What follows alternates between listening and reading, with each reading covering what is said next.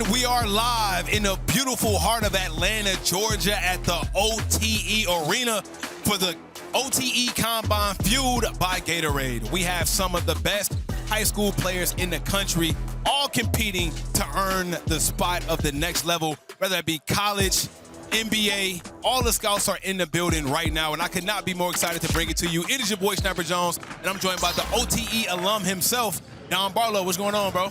Man, excited to be here, watching these guys compete. It's an exciting day for them, just to be able to play in front of scouts, and excited to see a show. Absolutely. Now, you've played in Combines before. You also played at OTE before.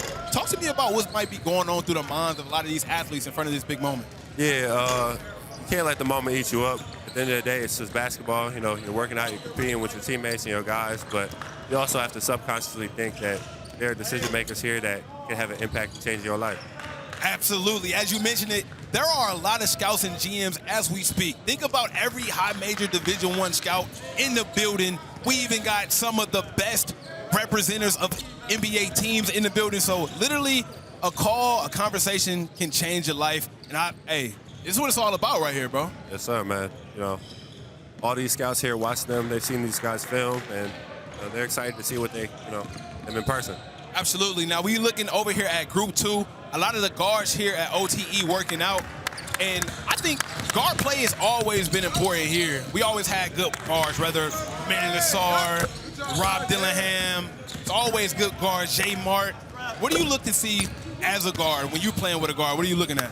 I'm looking at, how he dictates the pace of the game, his control, especially in the pick and roll. That's a lot of what the NBA is now, is pick and roll. So, look at how the guard is reading that. And, obviously you have your less athletic guards that, maybe shooters or better playmakers, and you have your high athlete guards like a Manny Nassar there, looking to get downhill and make plays from there and pass. So, just understanding what a guy is, and then me being, a forward big, how can I help him and make his life easier?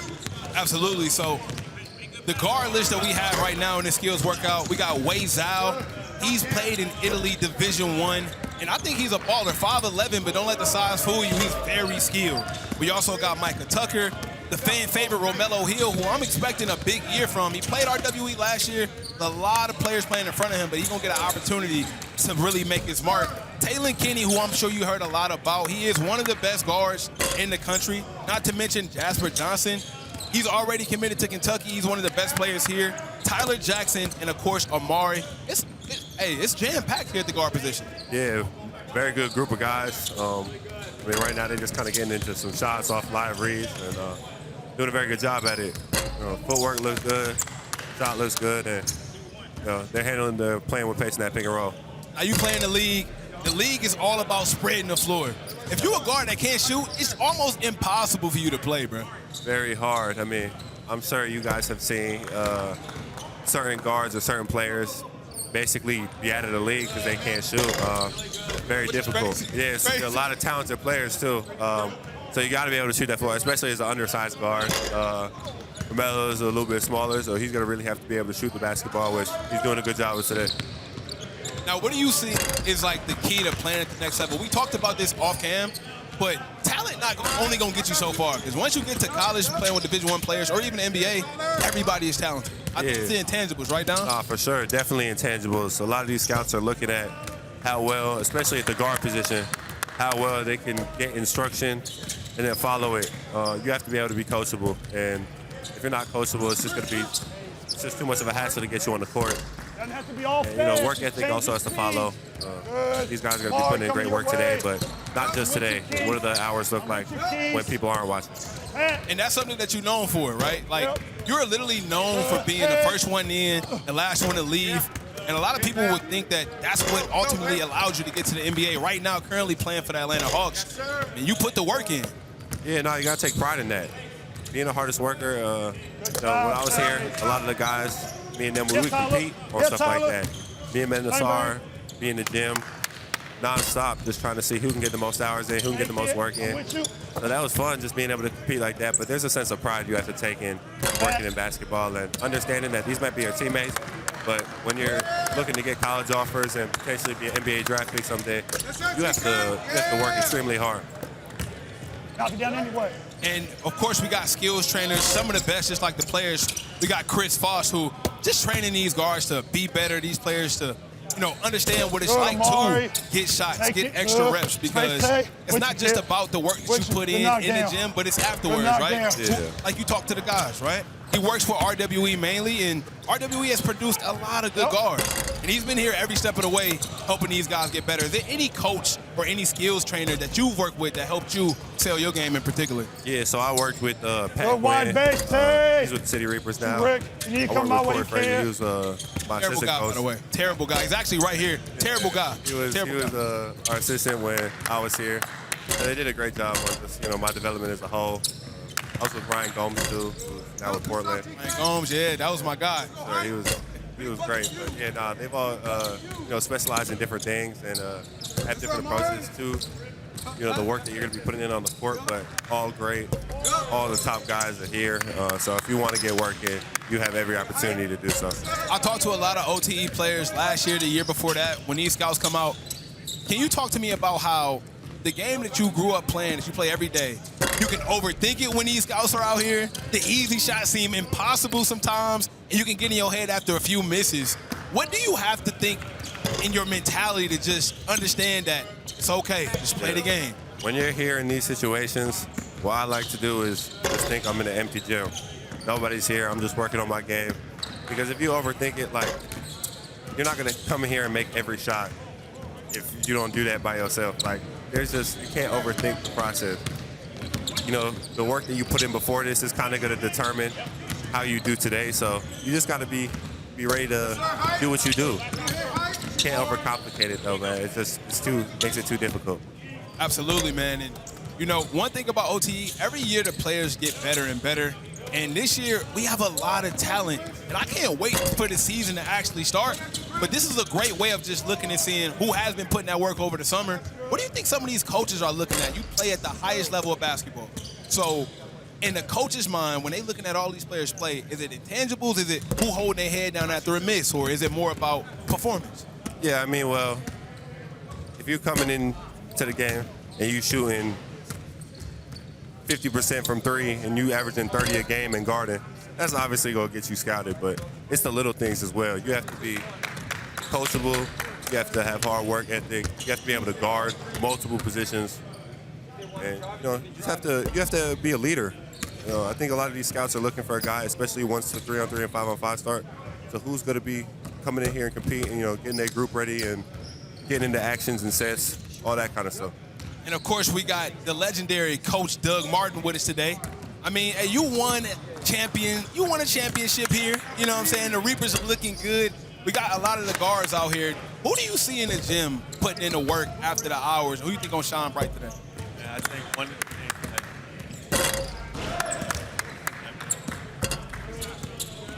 that Tucker and Omari are always in the gym. So to see them shoot the ball as well as and also, me and Don was talking about not overthinking the process, right? We understand that a call or a conversation with one of these coaches can change your life. So we understand the pressure. Was there anything that you told them before the day that kind of set them at ease? So for me, once you get up here and you get a couple of shots in, you just kind of lose yourself in what you're doing. So you kind of, and I think Don could talk to this more. Whether you're playing in the gym in the G League of 700 fans, or if you're playing in the NBA arena, once you get on the floor and start to get up and down, you kind of get lost in the space, and the crowd and the atmosphere doesn't matter as much. 1,000%. Now, of course, we know Taylor Kinney is one of the best guards here.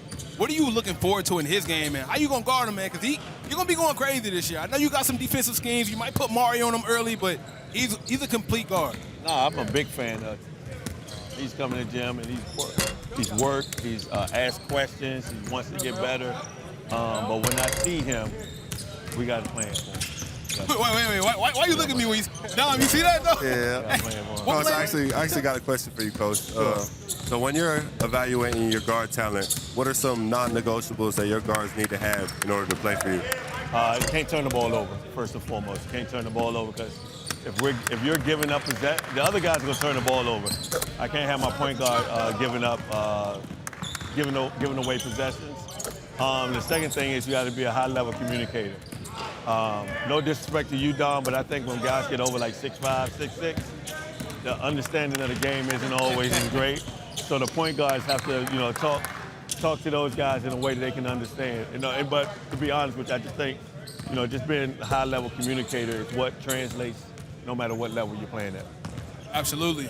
Hey, Coach, the development here at OTE is something that I think sets apart other high school programs, even some college programs. A lot of people, even pros that come here, they're surprised of how well you guys are at producing talent. What goes in through your day-to-day, and how often is your day consumed of getting these guys ready for these type of moments? Half the time, for me, I think the game's kind of getting in the way of the development. Sometimes, I'm a big practice court guy. I wish these settings were more on the practice court, but you got to show court for a reason. But we spend hours every day in trying to devise plans, drills, competition things that we can do to get these guys to be more competitive and to get their skills set up. So that's what it is here. Well, Coach, I appreciate you taking the time. I'm still waiting for that 10-minute contract. We're going to talk about that offline. Yeah, we're going to stress that throughout the season. Hey, come on now. Hey, that's the best way to do it. You know what I'm saying? Hey, Dom, listen. Coach has been clowning me because they asked me how much I can get in an OTE game. And you looked at me crazy when I said 30. Why you look at me like that, bro? 30, unrealistic. Probably been about, Did I ask you? NBA personnel, college 5, 6 30-point games ever at OTE. Side Eli, but yeah, if you look at B, Aman, Asar, Rob, like how many times have they went on for 30? Hey, man, look, if I can be on a team and I can get my 15 to 20 shots, best believe it's going down. But nobody go get 15 to 20 shots every game. Thing. So we got some more shooting activity happening right now. This is my thought, right? Let me know if you agree with this.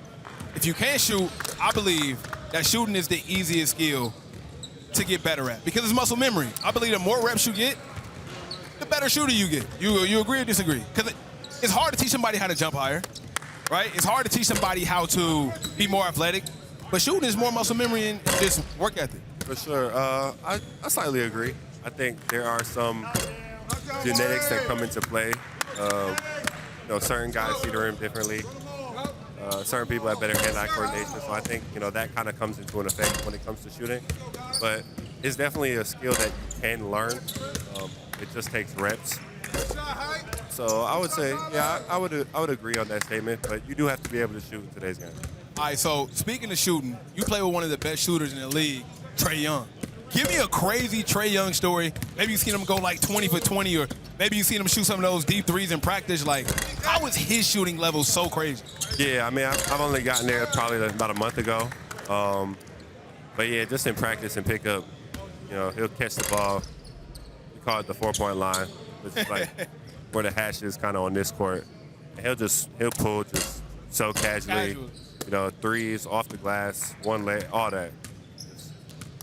It's going to go in every time. He start running back before.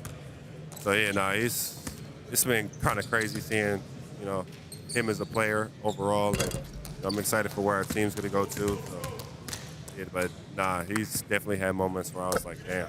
All right, so who's like the best shooter that you've played with? It could have been NBA Summer League. It could be playing for the Spurs. It could be Atlanta. Like, who have you seen like, oh, my goodness?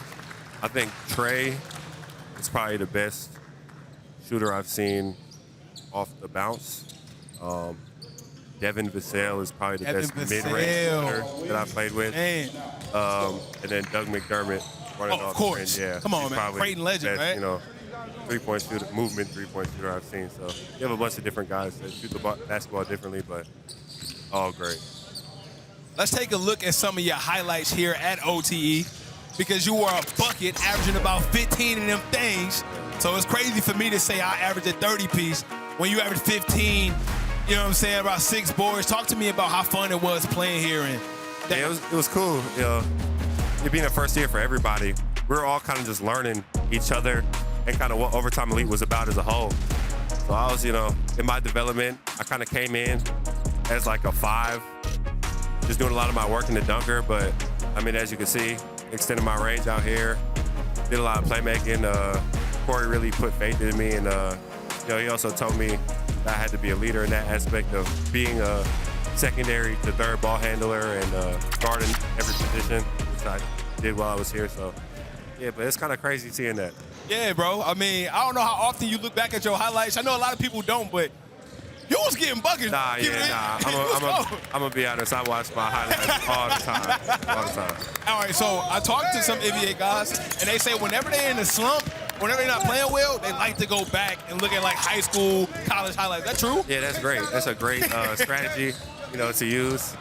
It just gives you confidence. You got to be able to take the good with the bad. So, if you're having a great games and stuff like that, try your best to stay confident in that regard. But if you're playing bad or you're going through, sometimes you just have to go back, remember to use him at some point.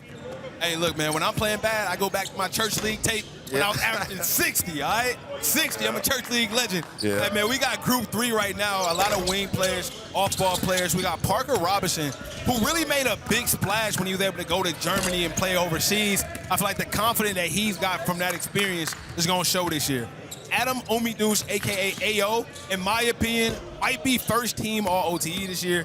He's really nice. Malik Thomas, who a lot of people has been saying might be one of the best guards here at OTE. I got somebody with me who might disagree with that.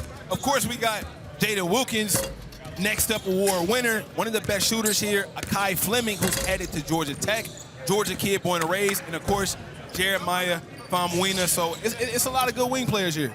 Sure. Definitely excited to see these guys work out, get into their stuff. Super excited to see what Malik Thomas can bring. I played in pickup a couple days ago. I thought he was super competitive. Just has that dog mentality. All right, I got TK with me. Hey, man, look, it's a big day, obviously. A lot of scouts is in the building. Are you nervous at all? What's going on through your mind going through these drills?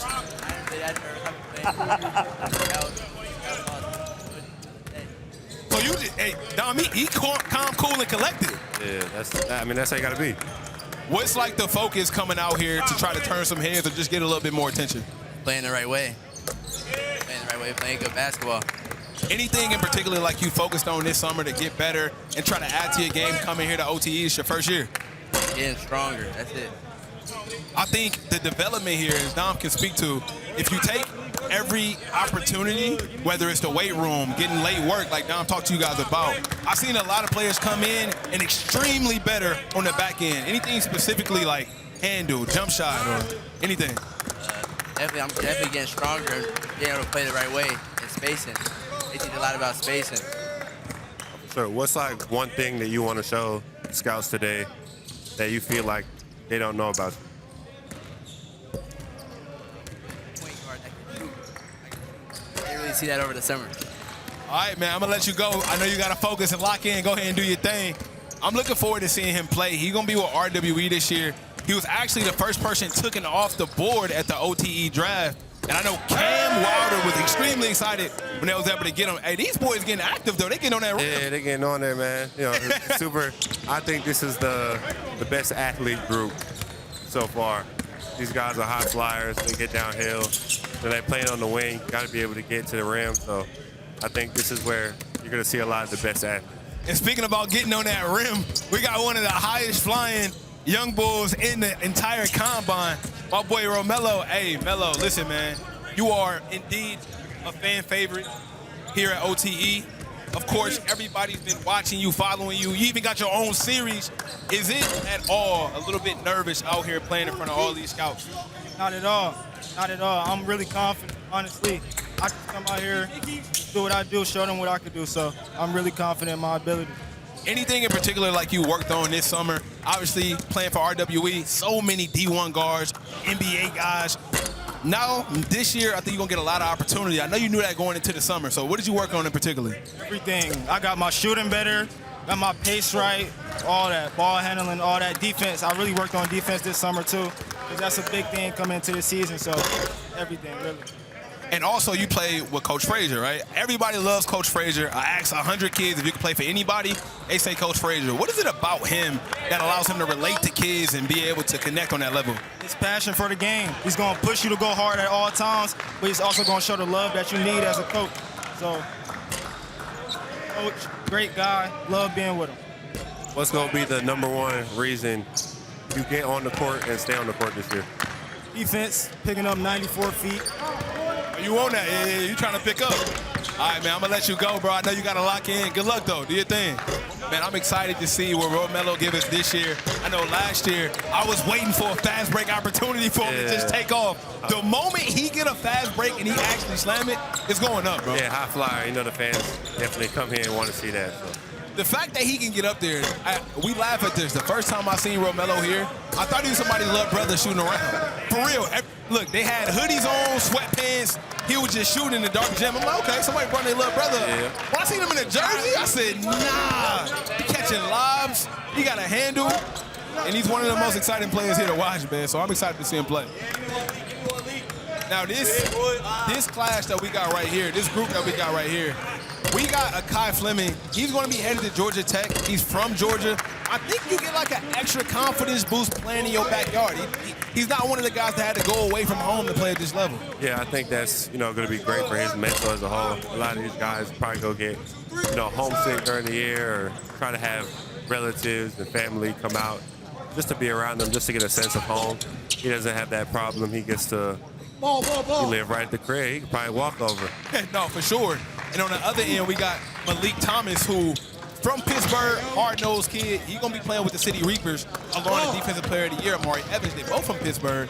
And I think it's one thing coming in low profile, Dom, but what do you think it feels like to come in as the highest ranked, the most potential? Is it any added responsibility to not fail?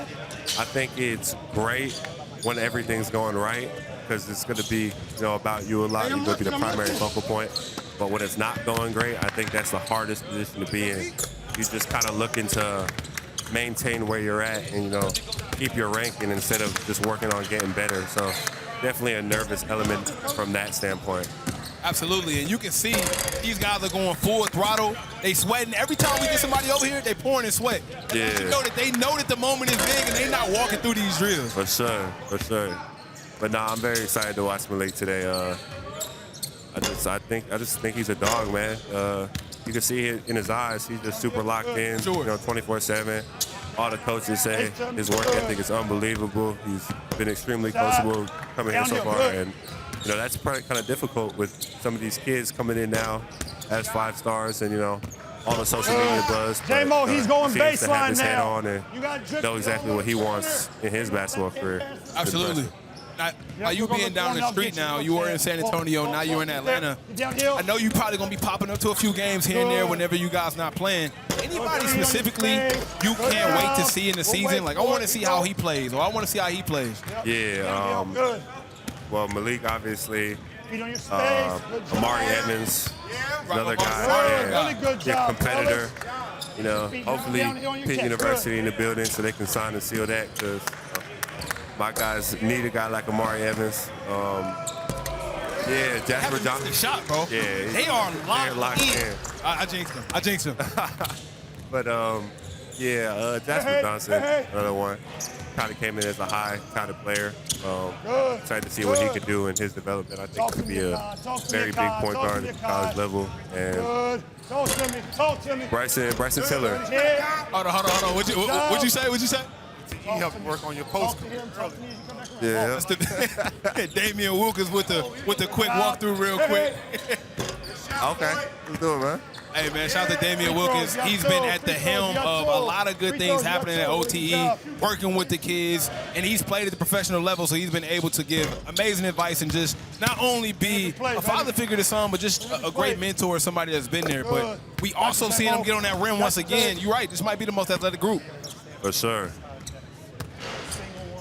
A lot of college coaches, a lot of NBA coaches say they want guys to come out, play the right way, dive for loose balls. And you know that's true.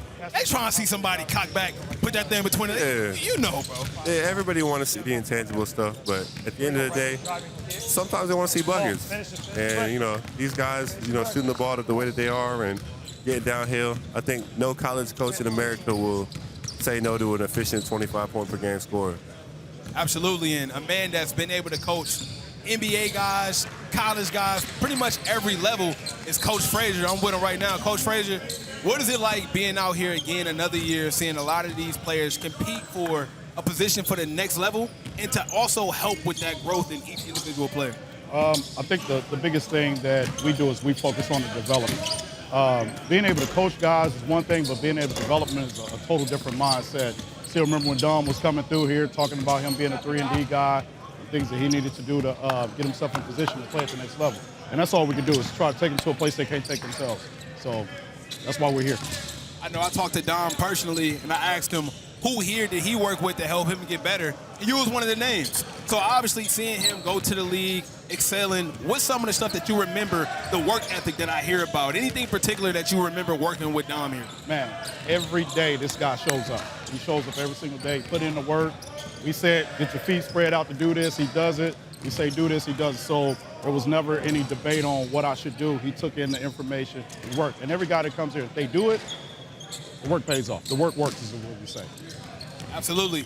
Is it anybody here? I know it's early, but you did get a chance to work with a lot of players, especially for your team. Anybody here that has that in them, has that dog in them, that they want to be here, they want to be successful, they want to put the work in? I think the first step is wanting to be here. I think every guy that we have wants to be here. But one kid that comes to mind right now is not even able to play right now because of injury. But Pat OTE, because he's not physically ready to play, him and I would say Bryson Tiller have both been tremendous on our shooting charts. They're probably 1 and 2 on our shooting charts. They're showing that they're putting in the work, and everybody else is getting acclimated to, the culture. But them two guys stand out because they've both been injured, but they have not taken a day off, not one single day. Yeah, our OTE team, our first year versus their current team right now, who's winning that game? My first OTE team. I'm not going to even hold you. Yeah. That team was dynamic. I mean, this dude could guard 1 through 5, and literally we didn't have to put on who was guarding who. Yeah. Dom already like, I got him. So it was not a question about that. But the competitive nature we have, man, you couldn't teach that anywhere. These dudes would fight you for an opportunity to play. And before I let you go, I want to ask you one more thing. All these college scouts in the building right now, what do you think is going on through their mind when they evaluate talent? What do they want to see? Athleticism, hard work. Who's talking to their teammates doing the workouts, man? Are you coachable? Are you listening? If you miss a shot, are you going to hang your head? Reading body language. There's so many things that they check those boxes on, but the most important thing is after you miss a shot, can you pick yourself back up? If you fall, can you pick yourself back up? So that's what they're looking for, and our job is to coach them through that. Absolutely, Coach. I appreciate you giving us the time. Always. I'm gonna let you get back to work. I know you got a lot going on. Hey, that's a lot of high praise from Coach Frazier, man. Yeah, for sure. You must have really been doing your thing here. Man, you just saw it over there, right? Yo, it's a viral clip of you dunking on somebody saying, "I'm a bad man." Bring me through that play. And I know you know what clip I'm talking about. Yeah. Hey, we've shown that at least 1,000 times. Well, when I was here, people used to play me like I had bounce. That was like the first game where I really was like, you know what, I think we was in Phoenix. I was like, I'm just jumping this whole weekend. So I was able to catch somebody, and, I looked over because we had some of the guys on the other team watching the game. I looked over to them, like, I had to let them know, like, man, this ain't sweet. Like, I was top 5 vertical when I was at OT. And I feel like I didn't get the respect for that. You had one of the top verticals here? You gotta go back and watch it. Gotta go back and watch it. It's A man, Asar, Cook. That's it, yo. Okay. That's it. That's the only dudes that I would say have more bounces. No, for sure. And the fact that you about 6'8" help you out. Yeah. 6'8" with a high vertical. Yeah, I caught a lot of people while I was here. But that dunk was one of my favorites. Is there any play that you remember, particularly like when you come in this gym, like, yo, I remember I hit somebody with a crazy step back right here? I just the one specific game I remember as a whole was my family came out for the first time, and I was just working on my shooting the ball really well, but I was still getting into that confidence level of doing it in game. So they came and I probably had about 6 threes a game. I was shooting step backs, snatch backs, like stuff that I haven't really shot before, and everything just felt good. So that was like my favorite game that I played here so far, just because my family was able to see it, and just seeing my development as a whole from their perspective. They were just really happy about the decision I made, because OT was a new thing, and everyone wants their kid to go to college. Absolutely, and you've been blessed. You've put in the work to get to the NBA, and the fact that you allow yourself to still come back, and give encouraging messages and let kids know what it takes to get back to the NBA. Let's check out a video of you motivating some of the guys here. There's a lot of habits that you have to be in the NBA. How many of y'all have came in here every day and got shots up and asked all the coaches to get extra work in? How many of y'all can honestly say y'all done that at least 6 times, 5 times a week? See, not everybody who said they want to play in the NBA did that. Not everybody raised their hand with that. The work has to follow. It can't just be, I want something, but I'm not gonna set a plan to go get it. Y'all gotta be dogs, man. It's a competitive field. Y'all have to compete, and y'all gotta keep learning the game. Hey man, that's beautiful for you to come back to OTE where it all started and give back the game. Why was it important for you to make sure that the younger generation understand what it takes, seeing that you got there and you knew it? Because a lot of these kids, they may be top 100 kids, or they're going to their dream school, but the NBA, you got 60 new kids a year, so it's really difficult to get there, and staying there is even harder. So just kind of relaying that message that just because things are going well now, there's a lot more work you still got to do. Absolutely, and speaking of a lot of work, somebody who's put in a lot of work over the time, headed to Kentucky, man. Hey, a lot of big shoes to fill. We got Jasper in the building. How are you feeling today playing in front of all of these recruits, even though you're a Kentucky commit? Any nerves going on right now? Nah, I don't feel like there's any nerves. Like I said, I'm committed, so I'm gonna just do whatever I can to, let my peers around me get their opportunity as well. Now, it's a lot of hungry here. It's a lot of hungry people here at OTE. A lot of people looking for a name. You come in as one of the most highly touted guards in the country. Somebody gonna want to sit down. Somebody gonna want to clamp you up. What's the thought? What's the mindset coming here, knowing that it's gonna be a lot of people? I mean, you're a bullseye. I know it's coming. I just feel like that's one of the reasons I came here to, be able to get better. I know there's a lot of good players here as well, so compete versus the highest players. And I know it'll come that somebody will, try to do that, but I'm just gonna do whatever I can to win the games. Dom, you got anything for him? Some advice? Yeah. What's the the biggest thing that you're looking to work on so that once you get to Kentucky, you're ready to go early? Really learning to be a point guard. Getting my body better to prepare for the next level. I know it's a lot harder, and at the next level it's more difficult. So just doing whatever I can to become a better point guard. Man, if he becomes a 2-point guard, he's gonna make a lot of money. He's gonna make a lot of money. I was trying my best to give you an NBA player comp, but you just play like so many people. The one that I got caught with, I ain't gonna say the name. I want to hear your player comp, and I'm gonna tell you what I thought your player comp was. Who do you feel like you play like? I feel like a lot of people say I play like D'Angelo Russell. I hear D-Lo. Everybody in the back say D-Lo. Yeah, D-Lo. I mean, I can see that. I work out with him often, like in the off season and stuff like that. That's a flex, bro. I'm gonna keep it a bean. That's a flex. Yeah, I mean, he's from Kentucky as well, so talking to him about it and you seeing that he got to the next level. It's good to have somebody like that in your circle. Anything particularly that you worked on this summer to be prepared for your first year at OTE? Definitely my change of pace and making reads. I know I'm gonna probably be the point guard. And I know I can't score all the balls and shoot all the shots, so just do whatever I can to create space and make open reads and execute. Well, I'm excited to watch you play this year. I ain't gonna hold you too long. I'm gonna let you go ahead and do your thing, man. Good luck on everything. Hey, that boy right there is a hooper. I've been watching the clips. I just can't wait to see what he's like in game, because YouTube is one thing. I need to see it. You gotta see it with your own eyes sometimes. But he's a very explosive player. I kind of see, maybe not the complete package just yet, but I see a little Brandon Jennings. Jennings. Yeah. So, all right, look, I got a problem, right?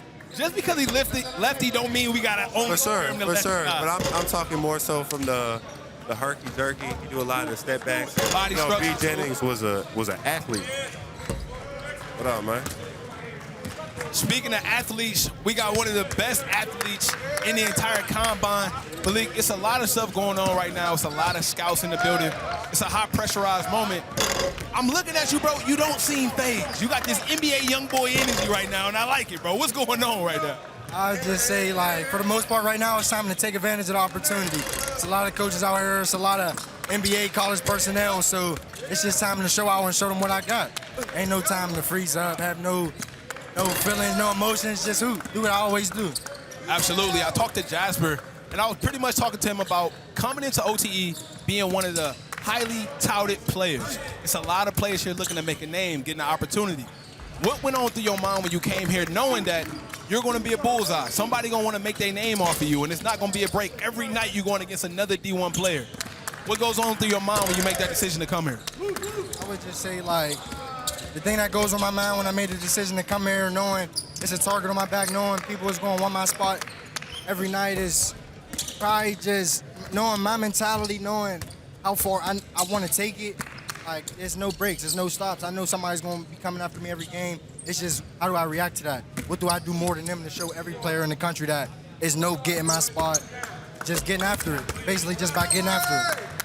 Whenever I see you, you always, look super locked in, look super focused. Real thing I want to know is just what motivates you, man. I say the thing that motivates me is just making a promise to my younger self, making a promise to my family, and just mainly myself, and having a calling. Like, I talk to God a lot. My calling since I was young was just, you're going to be great at it, but it's just how far do you want to take it? So I want to take this. I want to take.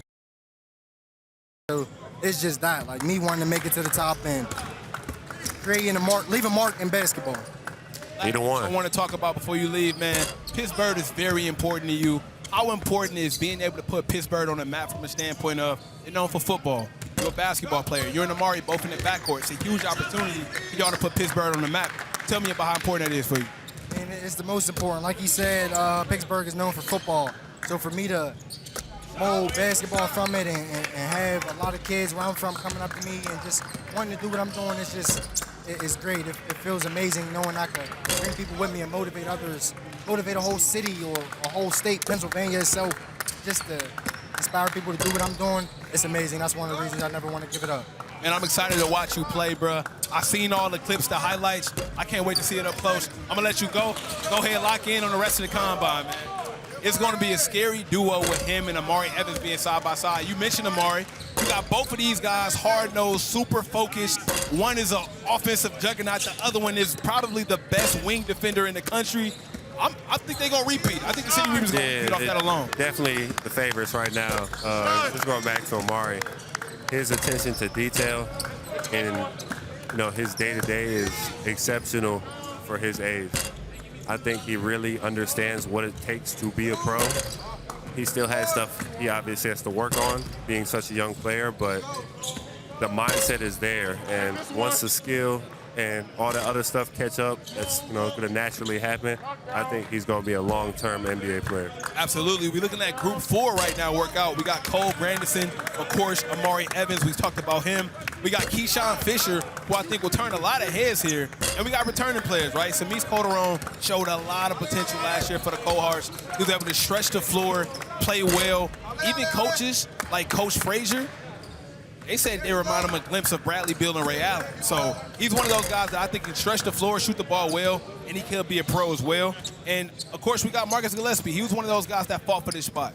Of course, OT does a lot of recruiting, but we decided to allow kids to come, try out, and get a fair shot, and he stood out of everybody. So I love to see this group. This is a very hard-nosed group, and a lot of guys don't want to be here. Yeah, for sure. Going back to Samis, he's another one that a lot of these NBA and college coaches are, going to be drooling over. He's, 6'9", shoots the ball well, has length, and, every single coach in America wants a player like that. And as long as the developmental system at these college programs is right, I think he's another person that's going to be an NBA player as well. Absolutely. And, I talk to a lot of NBA players about drills doesn't always replicate how you play on fives, right? You might see somebody who's a workout warrior. When they're working out, they're 10 for 10 each spot, but when they're in the game and the flow of the offense, it just don't click for them. How is that different from practice and in the game? You play at the highest level. Yeah, I wouldn't say I'm a a great workout guy. I feel like a lot of the stuff I do, you know, you see more in 5-on-5 with live reads. That's where I kind of shine at, and you know, can't guard nobody in workouts for real. So, you know, it becomes a little bit harder. So, yeah, I'm excited to see these guys really play. Obviously, the workouts are a great thing, and they're a great indicator on what a player could be. But, you know, I want to see these guys compete and go after it. Once again, guys, if you're tuning in, this is the OTE Combine fueled by Gatorade. We got the OTE players here, and there are a lot of college scouts, GMs in the building, and they all have an opportunity to go to the next level. It's a high pressurized moment, right? A lot of these kids have been waiting for this moment their whole lives, and when it's right in front of you, it can seem like a lot. So I'm excited to see how well they perform. And, you know, you also got to understand for, you know, a lot of these kids who've done this before, they're a lot more lax, right? They know for a fact that they've been here before. But even for the younger guys, this isn't the end-all, be-all. They can come back next year, do it again. So, you know, it's different for the guys who's leaving next year. This is the last opportunity. So you can see how some people might feel a little bit more pressure than others. Yeah, no, this is a great opportunity for guys, but these coaches are also watching thousands of hours of film and tape on you. So even if you don't have the best day here, it's not going to be the end of the world for you. It could definitely help, and it could obviously hurt you at the same time, but I think your hours of film are going to stand tall even if you have a bad shooting day, something like that. Absolutely, and we've been able to put a lot of guys in the NBA from the league due to their talent and hard work. Just a few names that you guys probably seen in the OTE draft over the years. Of course, we got Amen Thompson, who came in number 4 pick right after. Asar Thompson, number 5 overall pick. Alex Sarr was the number 2 overall pick in this year's draft, alongside Rob Dillingham, who went 8, and then, of course, Tyler Smith, who went 33rd, second round. But it's not just NBA guys, right? I mean, even last year, we were able to help a lot of kids go D1, right? They took advantage of these opportunities to play high major Division I basketball. So you never know what opportunities can come here. Carter Knox went to Arkansas. Ian Jackson, one of the best scorers, one of the best guards in the country, headed to North Carolina. Ja'Kai Howard, Auburn. Trey Parker, NC State. Samtho, Georgia. Quan went to Florida State. And, of course, Elijah Chopper Moore headed over at Syracuse. And even you, right? You were able to get to the league. It's a great platform to be able to get to the next level. Yeah, for sure. These guys have came in here, and their dedication, has paid off. A lot of these guys have been top 5 picks, other guys going to major D1 schools who will probably be in the NBA draft in a year or two, if not. So, OTE is definitely the place to be if you're a high school student trying to come and work in your game. Now, even though there may have been some players who got drafted high, let's set the record straight. You are the first OTE player to play NBA basketball. Does that mean anything? Is that a badge of honor walking in here? I don't walk around with a little swag. I ain't gonna hold you. I'm the first to do it. I take pride in that, for sure. It's definitely a great honor. Kind of going around the league, got a lot of questions about, kind of what OTE was from players and stuff like that. So kind of just explaining, and seeing more NBA guys here, coming in the summer times and working on their game. OTE is really becoming a hub for development, not just at this level, but even at the pro level. What do you think separates OTE from a normal high school or even like a college route? Some guys, like the Thompson twins, decided to stay here and go straight to the league. What is it about this place here that allows players to develop, be ready for that next level, and what additive do you get coming here? More of a personalized schedule for you. A lot of these coaches, some other coaches like in the morning, some coaches like working out at night. So you can kind of find that, like, your guys and, what works best for you. Most high schools, you're going to be, if you get an extra work in at night or whatever, you're going to be working with assistant coaches who, may not know the most about basketball, or, that just might not be their number one priority. But the coaches here, their number one priority, and for their jobs day, is to get you better. And, they take a lot of pride in that, too. That's why they get paid. Right. And that's why, these players eventually get paid, because they take pride in that, too, and they, they're trying to work and keep getting better. Right.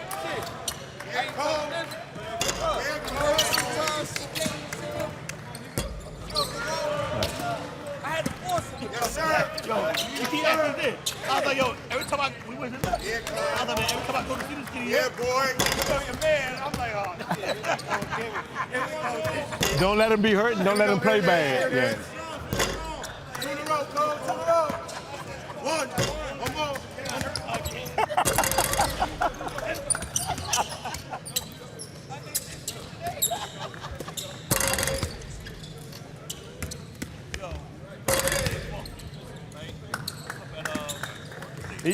He texted me 100 times about Chase Foster. Baltimore kid, right? Yeah. Dad crazy. Short block. Trap team, he didn't the trap. He kind of. I know you guys enjoyed One Shot last season, but we got great news. Season 2 is coming up this fall. Check it out. When you are pursuing a dream, man, it could cost you everything. You're playing for a lot. You're playing for your future. I know so many lives that I could change with just one. I cannot fail. Every day you're blessed to play basketball. You never know when it could all be over with. My current situation is paycheck to paycheck. You want this? Come on! Come on! You gotta make it. This is their last chance. It's all or nothing.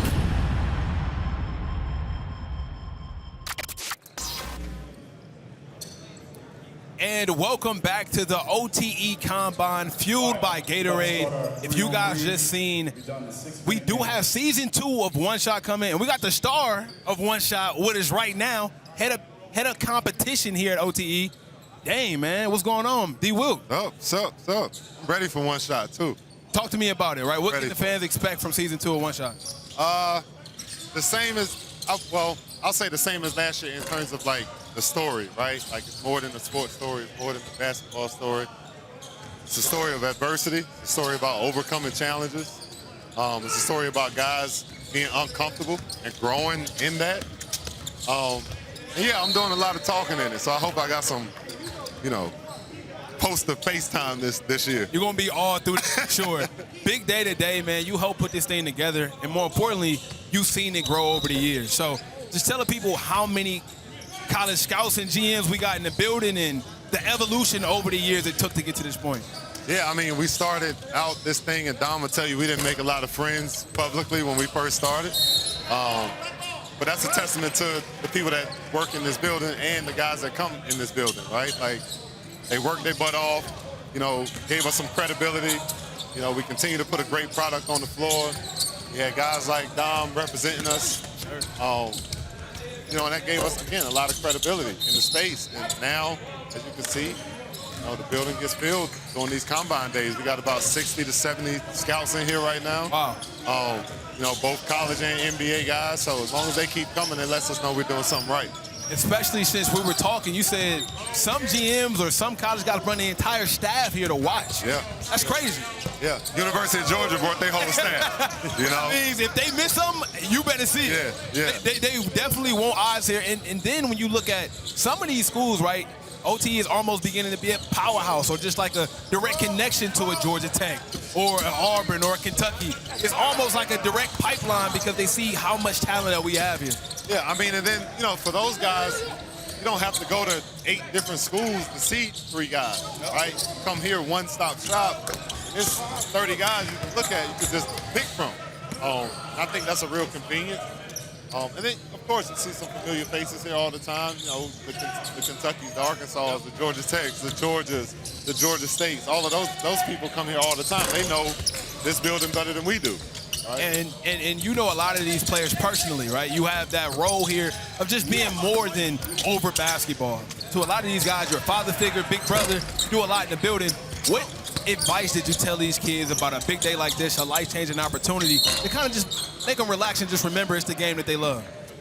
I just tell them to play basketball, man. Like, ball's still round, goal's still 10 feet, court's still 94 by 50, right? Like, ain't nothing changed. You just got people watching.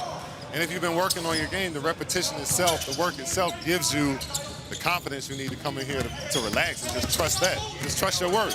And if you can't trust your work, then that's a you problem. So just tell these guys all the time, like, trust your work. If you've been working on your game, there's absolutely nothing to be nervous about. You just go out there and play. And Dom, you've been around D. Wilk. You've seen how he get down. Give me a funny D. Wilk story. I know you got one. I know you got a story or a good story about it. I mean, funny stories. We're gonna say that for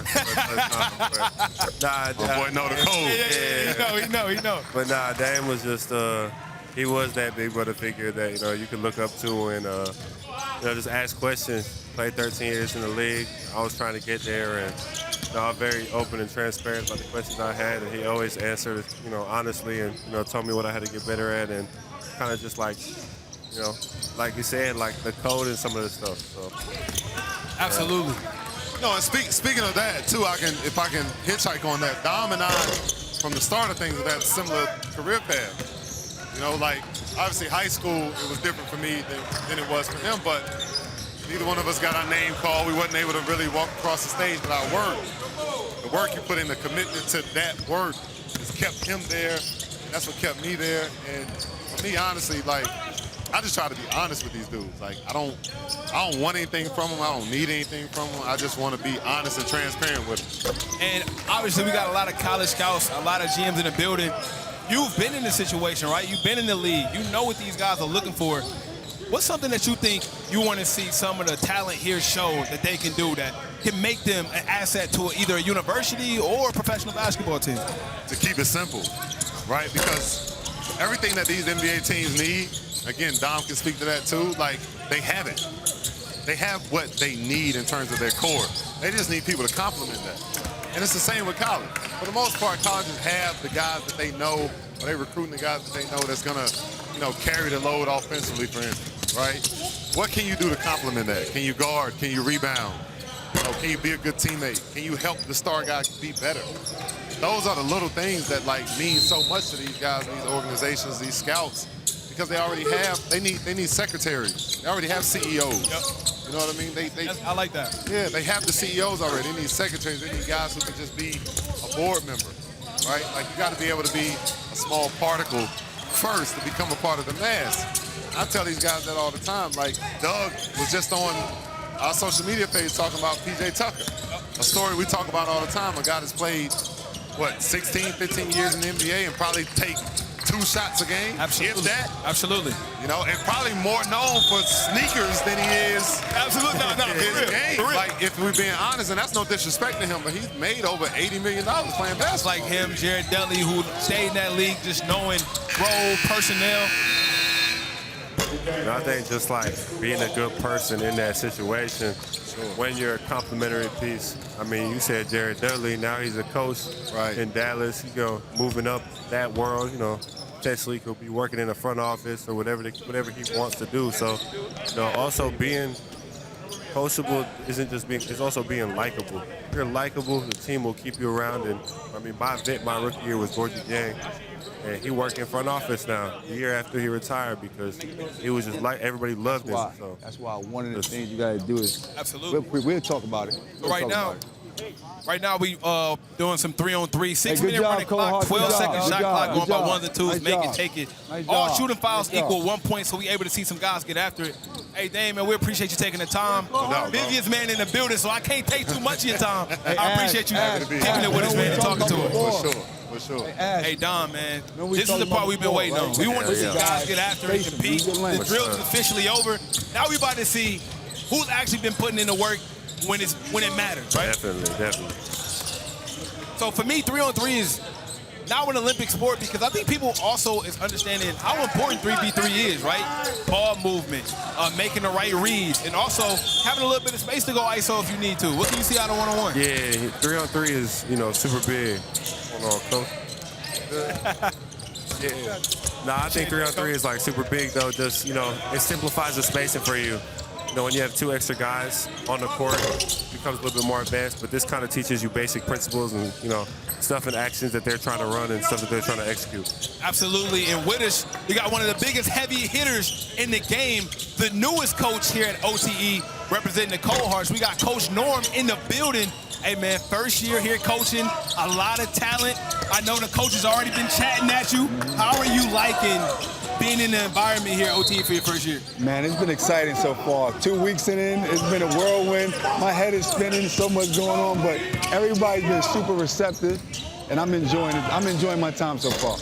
Now, obviously, we got a lot of scouts, a lot of coaches in the building. This is also your first chance seeing a lot of your players compete. Yep. What have you been able to see out of just not your players, but some of the talent here at OTE? Man, they're super competitive, right? And the guys that we have been they want to be coached. They have put the effort in. They want to get better, and to me, that's the start, right? You want guys who want to improve, want to get better. I'm lucky to coach the cohorts who have 10 guys who all have that same type of drive. So I'm excited to get started with those guys. Coach, we know you're a New York East Coast guy. From these players, being a dog we take a lot of pride in that in the East Coast. So, what are some of the things and the non-negotiables that your players must have to play for you? Oh, that's a good question. First thing is got to be toughness, right? It starts with toughness. We need dudes that's tough. We're from the East Coast, like you said, and we pride ourselves on being tough. They got to be physical, and I want them to be aggressive on both ends. That's my non-negotiables right there. Yes, sir. Coach, you are a pro. You ever played at the highest level, Charlotte Hornets. Being there, knowing what it takes to get there, what advice can you give the kids on your team to just let them know, hey, I know what it takes day in and day out to get to the next level, and this is how I want to prepare you to get there? Well, I'll tell you something. It's crazy that Dom came and spoke to the guys a couple of weeks ago, and exactly what he said is exactly what they need to do. They got to build the right habits, right? He knows he's in the NBA now. Guys who play the NBA, they got great habits for the most part, and teaching these guys how to work, build the right habits, and play the right way is the main ingredient for these guys improving and having the best shot, play at the highest level. Now, it's a lot of trash talk about who got the best squad, who's going to win. Of course, you think Coach Doug thinks he's going to repeat. How confident are you in your co-host roster this year? Well, I'm super confident. I'm the new guy, so they give me all the guys that they think can't help them win. I think we got a great group. I think we're going to compete with the best of them this year. And like I said, I can't wait to get started with our guys. Absolutely, Coach Norm. I appreciate you giving us the time, Thank you, man. Appreciate you, man. No problem. Appreciate you, Dom. Yeah, of course. Yes, sir. Hey, man, the threes is what it's all about, Dom. We seeing guys get after it. The energy is high. This is what it's all about right here. Playing simple, the HL reads right now. Really lets the players be creative and show these scouts what they could do. And I don't really see nobody nervous. Everybody we talked to that came up to us, they all seem calm. I think it's the fact that AAU has blossomed to this place where they pretty much seen all these coaches already anyway, right? A lot of these guys have played in big gyms before, playing on the AAU circuit and stuff like that. So this is nothing new for them. Absolutely, and the 3v3 rules pretty simple, right? 6-minute running clock, 12-second shot clock. They are going by ones and twos, make it take it, and all shooting fouls equals 1 point. That's a good shot right there. Good shot, right? Yeah, I'm about to say. So we got a good game in front of us right now. We got Jasper, Bryson Hemmermeister, and of course Parker Robinson as well. These guys are playing hard. I want to see Jasper get at it, though. I do. I'm really excited. He was saying that, he's looking to come in here and, be that guy. So, I want to see it here live now. And one of my favorite young players is Lincoln Cosby. Last year, he was a freshman. This year, sophomore, but 6'10", only a sophomore. Great shot. I think he's going to be a bucket. I think he has the capability to go to the league out of here. I'm just going to keep it. I think he definitely has the potential to be an NBA player. He's very young, very raw right now, but you could see, the translatable NBA skills already, which is definitely a good sign. That was a tough three ball right there by Kai Fleming. Getting on the ground for loose balls. Yeah, let's compete. You got to compete. I want to see. Turn the ball over, make a mistake. How you going to make it up? All right, black ball. That's good defense. That's a good move right there, though. Quick attack, especially if you're playing DHL's handoff keeps are going to be really big. Now on the other side, we got even more heavy guard play. Yo, Hype Jackson might be the shiftiest guard here. Watching him all year last year was a sight to see. He can really get to his shot at any time. Yeah, he's super talented. He got Romello on him, and Romello was just talking about picking up 94 feet, so I'm excited to see them two go at it. And, of course, we got TK and we got Malik Thomas. Be able to see these two guards go back and forth. For sure. Physical game, though.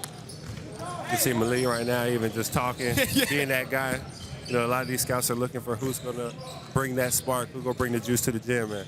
he's looking to try to do that right now. Let's check out some of the highlights from the first few 3v3 games we got today. See who's been getting after it, making tough shots. Oh, barbecue chicken. That's easy right there. Real bucket. He might be the most dominant player here. Yeah, no, for sure. Look at that, to the cup. Switcheroo lay. The left hand. Driving kick. And he able to knock it down? Yeah, that top of the key right there is going to be huge. A lot of ball movement, making the right pass, making the extra pass. I think that's what 3v3 allows you to see. Just playing basketball the right way. I feel like a lot of the bigs and the forwards, a lot of the guys is underrated. Might not have the ranking that they want right now, but this year they're going to be able to change a lot of that narrative. Absolutely. We got Wei Zhao out here with AO. Oh my goodness, good defense. Lincoln Cosby. That's one area where I think Lincoln is going to still keep improving, getting in that weight room, getting stronger. I think he'll be great with that. Absolutely, man. We got 6 minutes left. Hey, one of the most dominant bigs here in the building, I'm going to be honest with you, man. Can I be honest with you? I think this league is yours to take by storm. I don't think it's a lot of people who can guard you. I'm watching you in 3v3. You extending the floor. You hitting the 3-ball. Is that something that you worked on? I've been working on that all day, every day, man. Just people telling me that all they can dunk and all they can do is certain amount. I want to show all the coaches that I can do everything, for real. I'm asking players who they thinking twice about when they go into the rim. Keep hearing T. Nobody want to go to the rim against T. What did you do when you came here? You just look dudes in the eye like, I'm not one to play. Like, what did you do? Nah, bro, like everybody tried me, and I showed them why they should have tried me for real. Like anybody want to meet me at the rim, they can meet me at the rim. I ain't scared to go up for real. Is there anybody in the league that you kind of develop your game around? I talked to some coaches, I ain't gonna tell you who, but I got a DeMarcus Cousins player like. Is that somebody you think you play like? Yeah, I feel like, I'm my own person, you know what I mean? I'm creating my own legacy, but all due respect to DeMarcus, he got a back, he's big like me, That's one person I for sure try to model my game after. Like Indeed, there's a bunch of people I always love to watch. Yeah, for sure, DeMarcus Cousins probably. For sure. Who's one guy that you're looking to compete against today, try to get the best of them? To be honest, everyone, man. Everyone wants to smoke for real, you know what I mean? See how bad they want it. Yeah, that's a great answer right there. So this is your first year here at OTE, but when somebody thinks of the name T. Bartlett, what can they expect from you on a night-to-night basis for all the fans that's watching? Being the beast, man, you know what I mean? Positive energy all the time, man. That's pretty much it. Now I ain't gonna lie, you're very imposing, but you look like a chill dude. But when you play, it's like you turn the switch, you become a beast. Where did that come from, that I'm cool off court, but on the court, I'm a killer? When we step on the court, man, between these lines, man, ain't no friends, ain't no family, none of that. I want that. No family? So even if your cousin out there, they get it too? My brothers can get it. Shout out Derek, shout out Brian, and they can get it anytime. Jaden, Blake, all of them. Hey, man, just remember we friends, brother. Just remember we friends, man. I'm going to let you go out your way, man. T. Bartlett, I think the most dominant player here. I'm excited to see him play because not too many guys going to be able to guard him, especially if he's able to make reads, like you said, top of the key. He can pass the ball. There's not much he can't do. I mean, just mindset as a whole. As you said, everybody gets the smoke. So, that right there is already giving him an advantage. Absolutely. And now we got more 3-on-3 action. Pick and roll action, a tough jumper, and he dropped it. That's very nice right there. Great cut. I think the mid-range is a lost art today's game. For sure. Analytics are kind of taking over in the basketball world. And everybody wants to get to the rim or shoot a three. And the mid-range is such a beautiful part of the game that I think, when you get deep in those playoff runs, every single team that's won a championship the last 5 years has had a guy that can take those tough mid-range twos late in the game. And Sami's Calderon, corner three. We mentioned the form, technique on this shot. Just looks like a pro level, right? Textbook. The big thing about, playing in the NBA is sometimes you have to look like, other NBA players that have success. And him, being 6'9", being tall, having a textbook jumper like that in the corner, holding his foul through, that already gives him an advantage right there. We talked about him to Damian Wilkins, who's been in the league. He said Samis is an NBA player. He can consistently shoot down the three. He can guard multiple positions. He's long, athletic. He's one of the best guards here, and I think that he's going to have a big year this year. Yeah, I think he's right on that. And, as his confidence keeps going up and up, he realizes, the level of talent that he is, it's only going to get better. Absolutely. Tough lay right there. Strong take from Amari. That's a good foul, though, man. They going after it. They're scrapping, no easy layups. You know what's funny to me is Amari is known for his defense so much that a lot of people forget he can still score the ball. Yeah, no, he's a bucket for sure. It's not like he's a one-trick pony that can't score the ball, so you still got to take account for him on defense as well, too. I'm imagining him to take that like that Daquan Davis approach. Quan came in last year, RWE, known to be a guard stopper, but he also averaged him 20 points, so he was still scoring the ball pretty good. He was definitely getting to it. He did a lot of stuff in that mid-range, too. Diamond Blasi with the midi. That's tough right there, yeah. That's tough. He got a lot of size, too. Super athletic. I'm very curious to see how he plays. You know, coming from France, coming here to America to play. You know, a lot of talent is developed over there. A lot higher because you ever play professionally or, good connection there. Even there, that right there, that's a pro action. You have a screen away, you know, coming up to the top. You guys curling into a pick and roll. That's textbook. They got into it really quick, effectively, and you know, the scouts are looking how quickly these guys could get into sets. So I think that right there is, even though the dunk was missed, is a great, you know, action for them. Kind of sound like you know what you're talking about, man. A little bit. It sounds like you've been here. It sounds like you've been here before. A little bit. Oh, that is a tough snatch back. Oh my goodness. The creation on that right there, that's big time. Jeremiah is another younger kid who didn't get a lot of chances to play last year just due to how good the roster was, but Jeremiah gonna have an opportunity to play. He's been in the gym a lot, so I'm also curious to see how well this year is gonna be for him. That was great. 3-on-3 right there. These boys was getting after it. Now we are getting ready for 5v5, our favorite part of this entire day. I can't wait for them to get after it, man. Let's take a look at the rosters. First off, we got the City Reapers, right? We got Bryson Tiller, Cole Grandison. We also got Cole. We got Jay Wilk, a.k.a. Jada Wilkins, who's out right now because he's injured. Amari Evans, Malik Thomas, Mustafa Diop, Tyler Jackson, Hugo Fakarat, and Makai Tucker representing the City Reapers. Man, I think that's the best team right there. I said it. I got clowned for it at the OTE draft, but I'm going to stand on what I said. I think that's the best team right there for sure. I don't know who's crowning you, but they might not know what they're talking about. Next up is RWE. They got the big man we just spoke to, T. Bartlett, the guard stopper. I'm calling it now, Romello Hill. Yeah. I know he's going to be playing hard. We got Parker Robinson, who is newly acquired from RWE, came from the City Reapers. We got Lincoln Cosby, Keyshawn Fisher, Bryson Hammermeister, Jasper Johnson, Taylon Kinney, and of course, Jackson McVeigh. And this is going to be a really good team because if you was to ask me who's 1 and 2, I think these are 1 and 2 right For sure. I think, you know, they have a great combination of experience and youth. Jasper is definitely going to have to be, you know, a leader on that team and really command guys. But I also think that, you know, they're going to be scrappy and they're going to compete every night and give themselves a chance to win. Absolutely. The Cohorts, coached by newly acquired Coach Norm, has Diamond Blasi, my guy Ayo, a.k.a. Adam Umidouche, Samis Calderon, Wei Zhao, Jeremiah Famuina, Kai Rogers, Asher Elson, Akai Fleming, Marcus Gillespie, and, of course, Omari Chandri. So this team is also really deep. The guard play is really good. Ayo is going to have a big role next to Samis Calderon and Akai as well, right? He's going to Georgia Tech, big-time talent. This is the underrated team right here. This is a team that I feel like is going to shock some people. Heard the noise, you know, they're getting disrespected a little bit, as Norm was saying, but I think Norm's going to get them in the right position to succeed, and you know they're gonna get this done. All right, man, let's get it. The first 5v5 game of the day.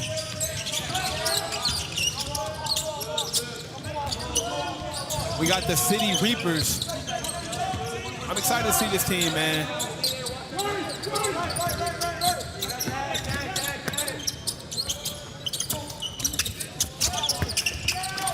That's great ball movement right there. Martin Lewis on the floater, but yeah, her competing, they running, pushing the pace. It's a great kick out.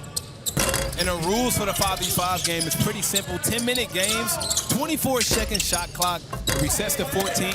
They playing from the college three-point line, 1 timeout per team, plus an advance. And of course, timeout in the final 2 minutes. So I'm excited. We got a special guest in the booth with us, Diamond Blasi. You've been able to come out here, perform, try to turn some heads of these college scouts, some of these NBA scouts. What's been going on through your mind here at the Combine, man? Hello, how you doing, man? Listen, we good. We chilling out there. We've been working hard here since like almost a month now. We're working really hard, and that's just super grateful to put all this work and have the opportunity to play in front of all these coaches. It's a little bit of the gift that we got for working hard and all the work we're putting together here. Today's super competitive. We've been talking about this event all week with all the guys over here.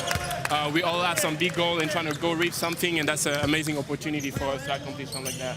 Absolutely. You playing for Coach Norm, who's new here to OTE. What can you say he's been able to, teach you, or anything that you learned from him so far? I know it's still pretty new, but he got NBA experience and he's a good coach.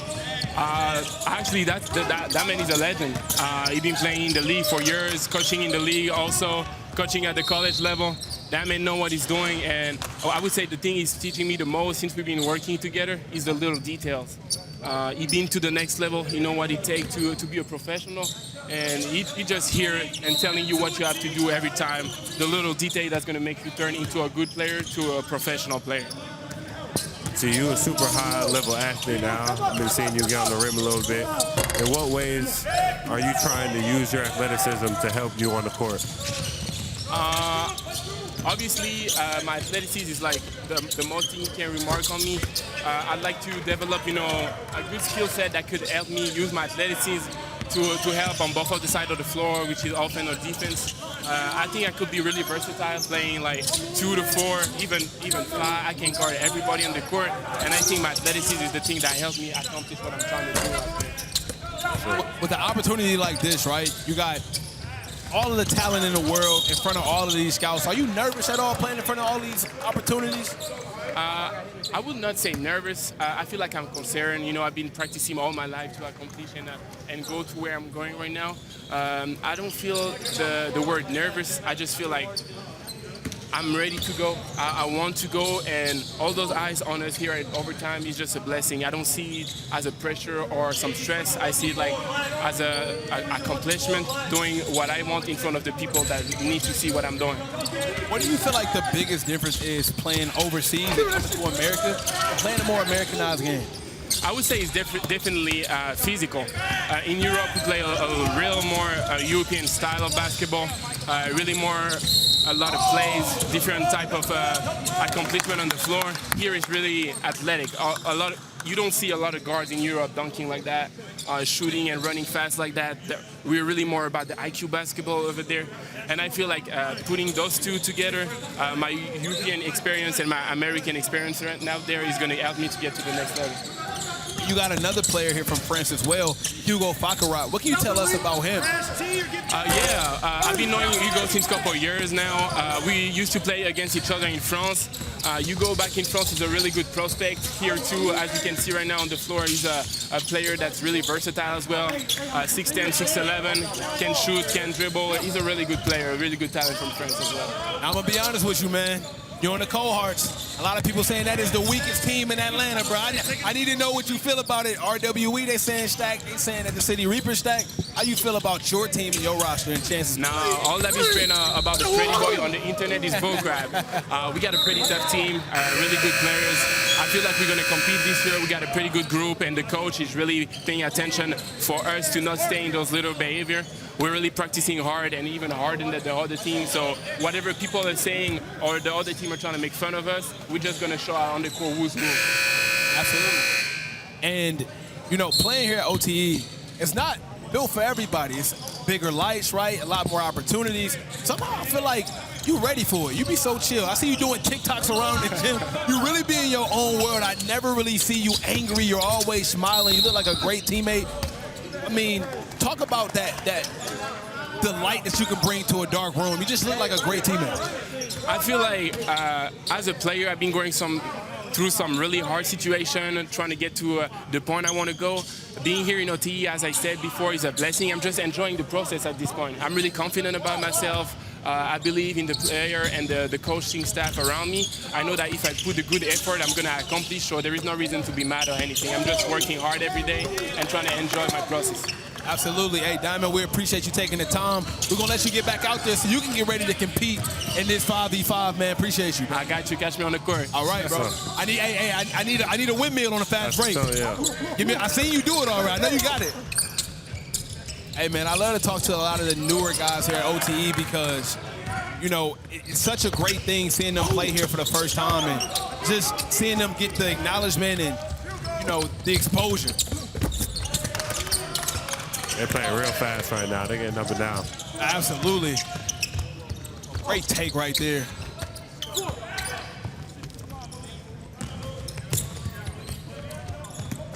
Three-ball corner. That's easy. Good shot right there. That's a big-time shot. Caught that calm, control, collective. I like them Dame 9s he got on, too, man. Very nice. Kenny got them Dame 9s on. Them things nice. They just dropped, too. I need a pair of those.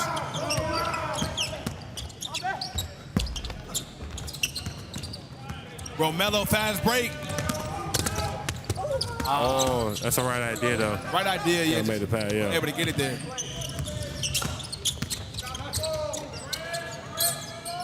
Shot in the front, that's good. That's going to be a big shot for Mari. Absolutely. He's going to get a lot of those, right? Because you got to remember, if you're playing with Malik and you playing with guys like Bryson Tiller, they're going to have to collapse. Yeah, for So sure. if you're able to hit that knockdown, catch and shoot, I mean, it's going to open your game up wide. And this is some of his best aspect right here. Laying on ball, defending, forcing a difficult shot right there. Getting out in transition. Another corner three. Can he knock it down? Too much on that one.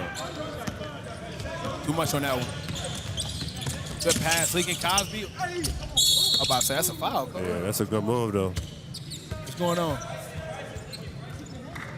Now we joined by one of them ones that fought your way to get here, man. Marcus Gillespie, you went here. It's a great opportunity for you to be seen by college scouts, NBA scouts, to talk about how much this moment means to you and the thought process and trying to make a name for yourself here.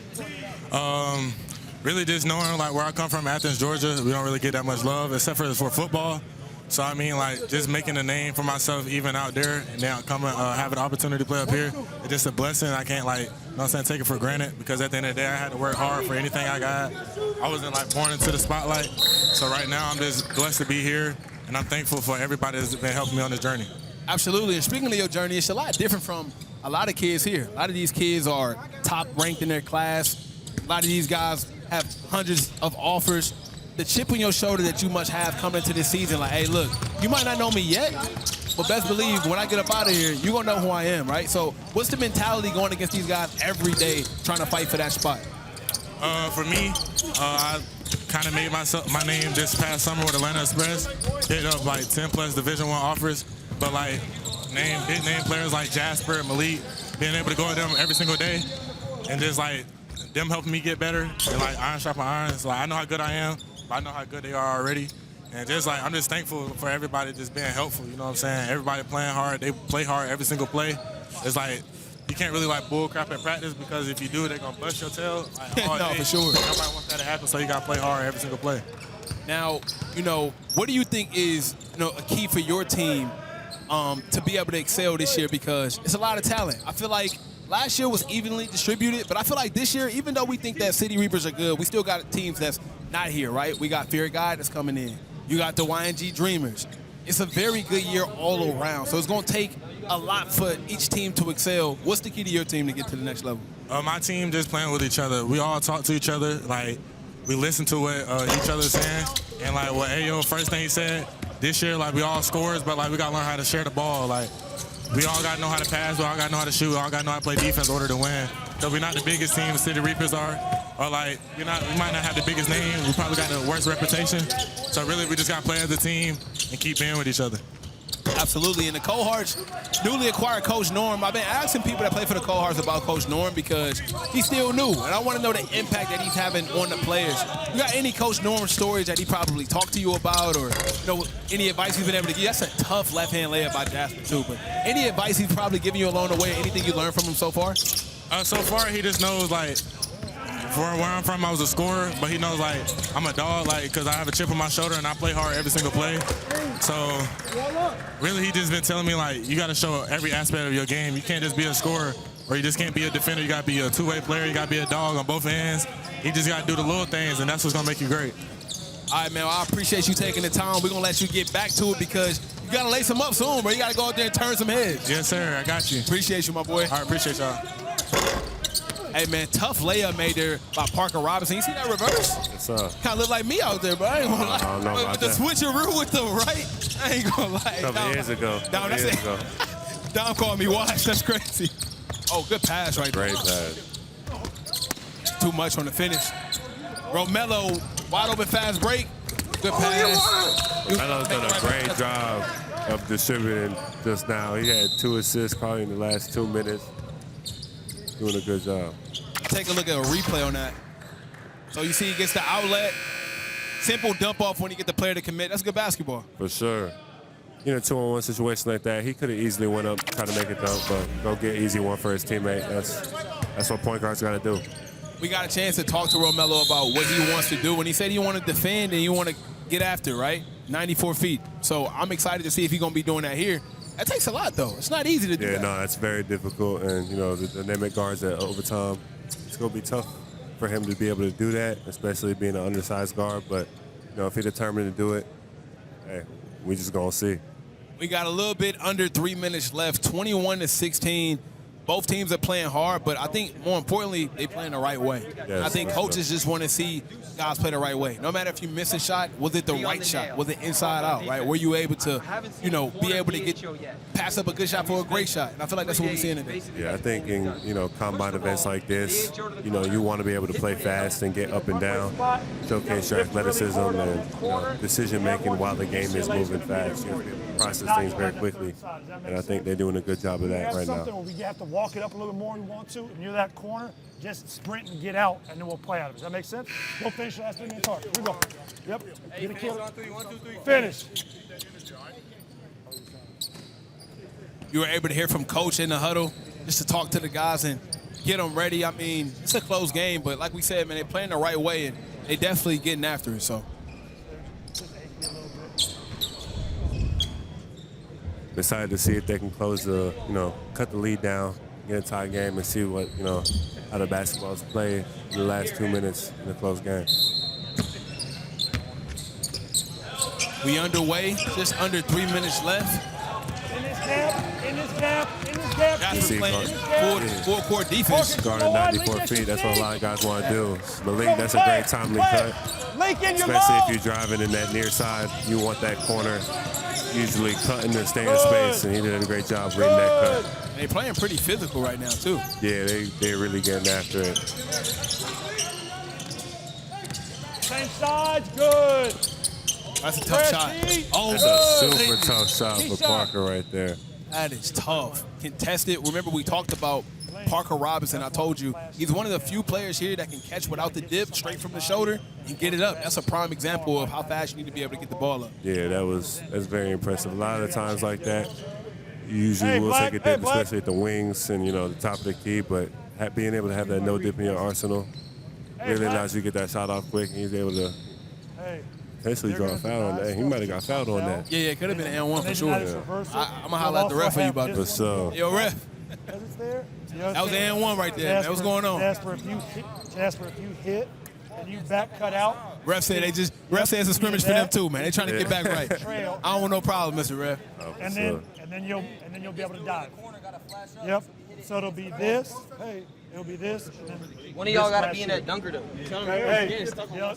As you can see, though, you know, in the huddle, they got the players talking with the coaches, you know, trying to figure out what they're trying to run or what they're trying to do. I think it's really cool to see players at a young age being vocal with their coaches on trying to execute stuff, especially at Combine. You know, guys are trying to showcase their talent, and, you know, wins and losses might not necessarily matter right now, but just these guys' competitive nature, they want to win. Speaking of competitive nature, man, were you a trash talker hooping? Because in a lot of your clips, man, I see you jump. I was. Man.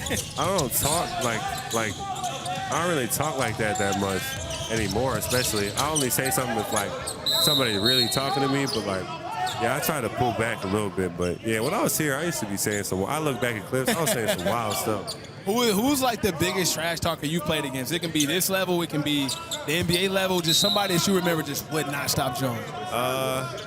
It wasn't like, I wouldn't say like big trash talkers or guys just constantly talking, but my rookie year, I checked into this was maybe my second or third game, and we were playing Milwaukee, and Joe Ingles went up to me, and he was like, "Who the hell is he?" And I was like, "That was your welcome to the league." Yeah, because it just wouldn't expect it from Joe Ingles.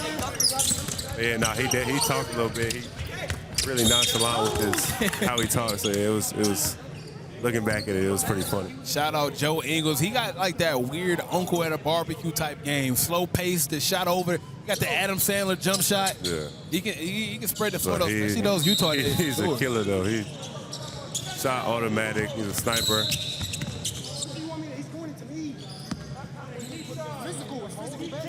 Here, it has to be right back towards the ball. Give him the time to work.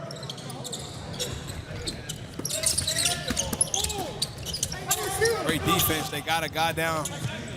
Uh-oh. The layup. The finish. That's a good lay right there. It's hard in those situations to resist the urge to try to dunk on somebody. Oh! I wouldn't know nothing about that. I honestly, I never done nobody in my life, but for you, I can understand you saying that. Yeah. Sometimes you gotta just get the two and not worry about the highlight, even though the highlight right there. 3-point game coming down to the wire. Tough steal by Amari right there. Yeah, being able to stay in bounds, a lot of body control. That's just credit to the strength training that they got here, really working on that core strength to be able to stay in bounds, stay on balance. Amari got an interceptor on Hall of Fame right now. For sure. I'm pretty sure Amari's a football guy too. So. Oh, for sure. Football background. We got a few players out there with a football background. I know Tyler Hype Jackson got a football background as well. Tough 3-ball. Couldn't go. 3-point game, Don. No, for sure. 40 seconds left. This is where the scouts are really trying to see, how are you going to execute late in games? Who's going to, keep it simple, make the right play that needs to be made. That's who you want with the ball. For sure. See if Jasper can go to work. He got Mari on him. Tough floater. Bucket counts. Very nice move. Being able to create enough separation to get around his hip there, get to his floater. He has a lot of options, especially driving middle instead of baseline. So that was a nice attack from Jasper right there, and he got knocked down to a free throw. Big shots right here from one of the newest players here at OTE. Jasper Johnson headed to the University of Kentucky. One of the shiftiest guards here at OTE. Got a new era in Kentucky, man. I'm excited to see kind of how that looks.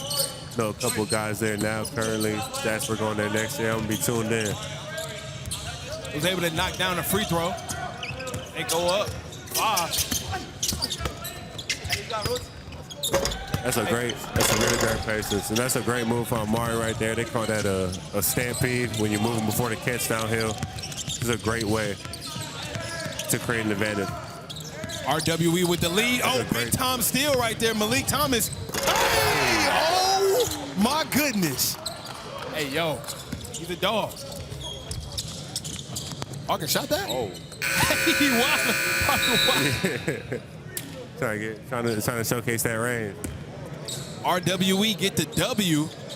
Very close game. Let's take a look at that dunk. He got up there. He seen him trying to contest it, and he went for it anyway. So I thought he was gonna pull up for that and take the 3-ball, especially late. I thought they were gonna try to foul, but that was a good. He said that too when he walked past the desk. He said, Yeah, he should have took that 3 right there. But I think he wanted to make it. I see him wanting to get downhill. In a real game situation, probably foul there, call timeout. But these guys are showcasing what they could do, and that's a big time athletic play. Let's take a look at some of the highlights from this competition. We had RWE going head-to-head against the City Reapers at the OTE Combine, fueled by Gatorade. We see T. Bartlett out there shooting the ball. Hey, T. Bartlett just came over and gave me some dabs, said, I'm going to shoot it. And this was just a close game, like we said, of just them playing the right way, right? Yeah, the guys look, poised and under control, playing fast, playing the right way. It's kind of what these scouts are really looking to see.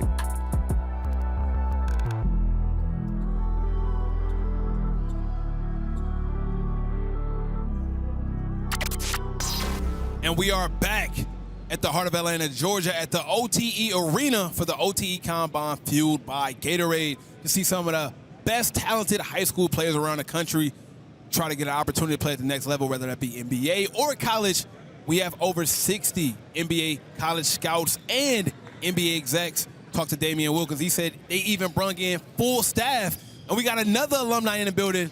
My dog, TJ Clark, is in the building. TJ, how you been? What's going on, man? What's up, man? Can't complain. You know, I'm How you blessed and doing, abundant. brother? Blessed and abundant as always. Hey, man, you've played in these competitions. You played in these combines.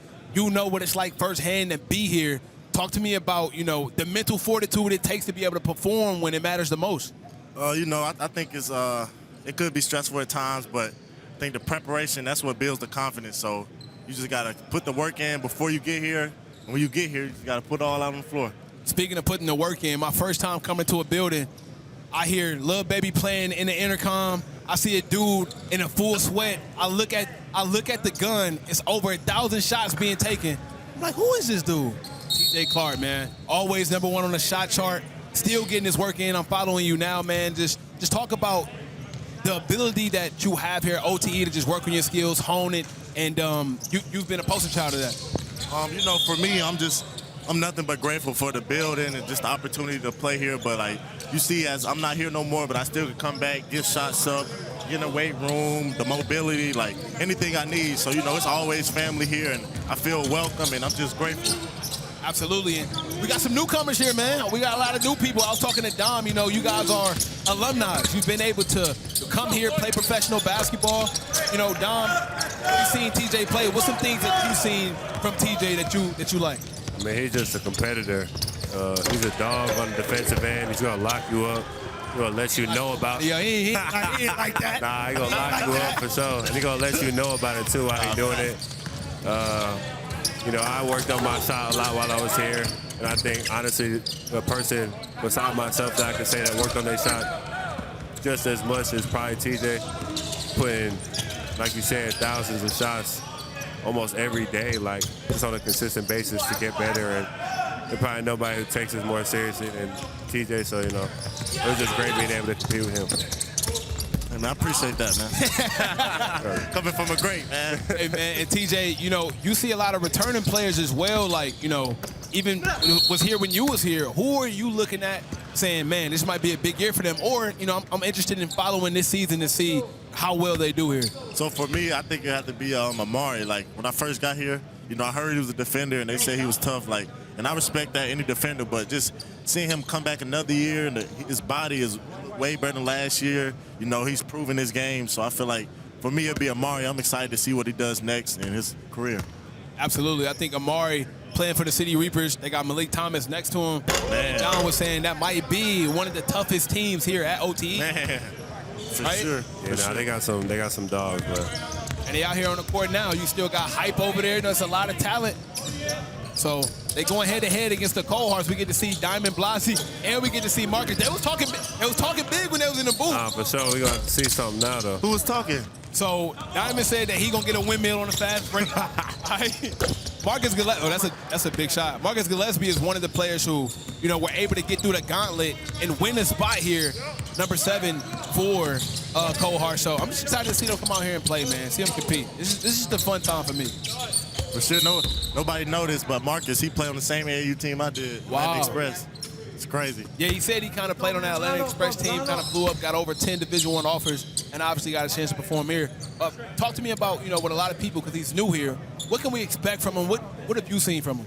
Oh, so for me, the highlights I did see, I was just saying, like, I think he's a little gritty player. Like, he get to the rim, very crafty, but once he build his body, I feel like he's gonna be hard to stop. Sure, we get to see Hype bring down the ball, one of the most shiftiest guards here. Look at the defense Diamond playing right now. He's on it. Ooh, that's good defense. Asher bringing the ball down. And we see AO. I think AO's going to have a big role this year for the Cold-Hearts. He's coming back. You know, last year, could have won next up. That's a tough shot right pull there. up right there. Jeez. I think they taking this game right now like they got something to prove. I think they're hearing all the disrespect. They going out to compete, man. Now for sure, that's Amari Chaudhry with the 3-ball. Easy walk down, too. Amari Evans up top with the ball. That's tough midi. He flop on that one, was that a foul? TJ, you know you flopped enough, brother. Did he flop? you had your fair share of the Kobe leg kick. Was that a flop or was that a foul? Nah, that's a valid foul. I wouldn't have called that. I wouldn't have called that one. I'm telling you, man, I'm gonna holler at the ref for y'all, bro. I'm gonna speak for the coaching. I feel like the refs be knowing. That's the funny part. Yeah, oh yeah, the refs be knowing. Definitely be knowing. Ayo coming down, nobody stop ball. I lost that one. Where'd he get it back? Yup, see? My kind. Oh, tough Great play. thing right there. Omari is getting to it right now. He'll pull up, get to the rim. Like that guy. I think at this level, you know, it's all about, you know, who wanted more. So I think we able to see that. As you mentioned, Marcus with the second chance opportunity. Amari strong to the cup. It's a tough snatch. Oh my God, he got it. White boys remind me of like them small, shifty Biggie scars. So you see in college, there's always like one a year. They just have a crazy March Madness tournament. I feel like that's going to be hype yet. Yeah, Hype to me, man, is probably the best one-on-one player, especially on the City Reapers. I need to see Malik Thomas, but just his ability, he's so easily getting to his spots. He's so shifty, changes pace. He understands different changes of speed. It's going to be fun to watch this year. Nah, for sure. That's funny. Me and DW were just talking about that on the sideline. Like, the pace he playing at, like, you can see the poise in this game. And the motor, man. That's great.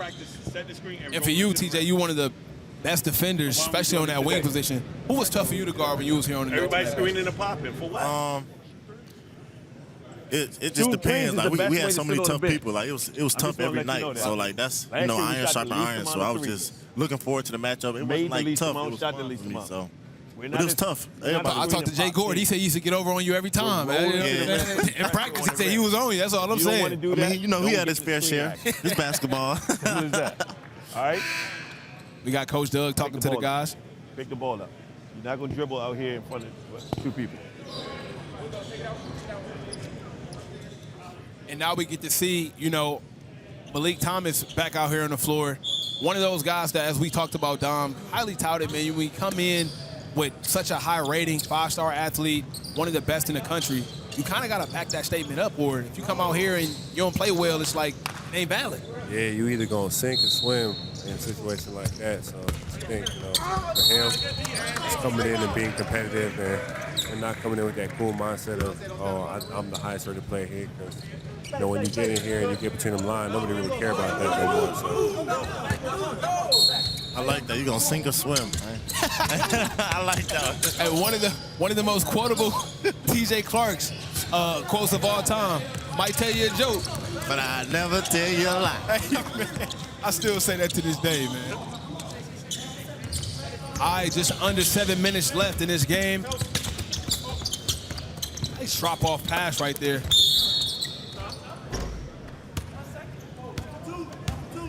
Close game, 10-9 right now.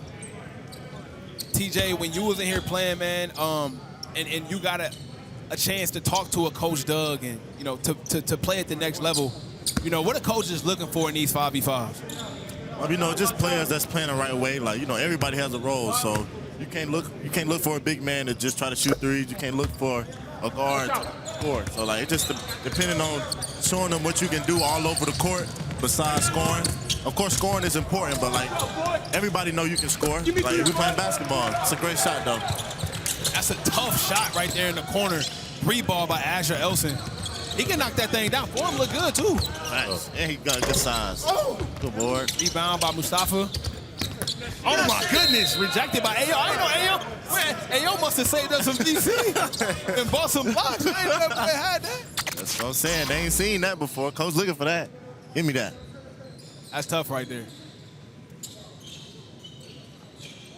Don, based off what you see, like, what you think oh, Lord. I snatched mid. That was tough. It's cold right there. Yo, that's OD. Hey, man. These boys getting after it right now. What's your performance like out here from what you see? Back, like, say, you put yourself when you was an OTE, and then you put yourself out here right now. Oh, I'm killing, but you know what that is. Nah, but you know, they got a talented group. Guys are competing. It's starting at a younger age, though. For sure. Their knowledge of the game is probably going to be better than ours at a younger age. But I don't know. I just felt like our group, we competed and we had athletes that could go.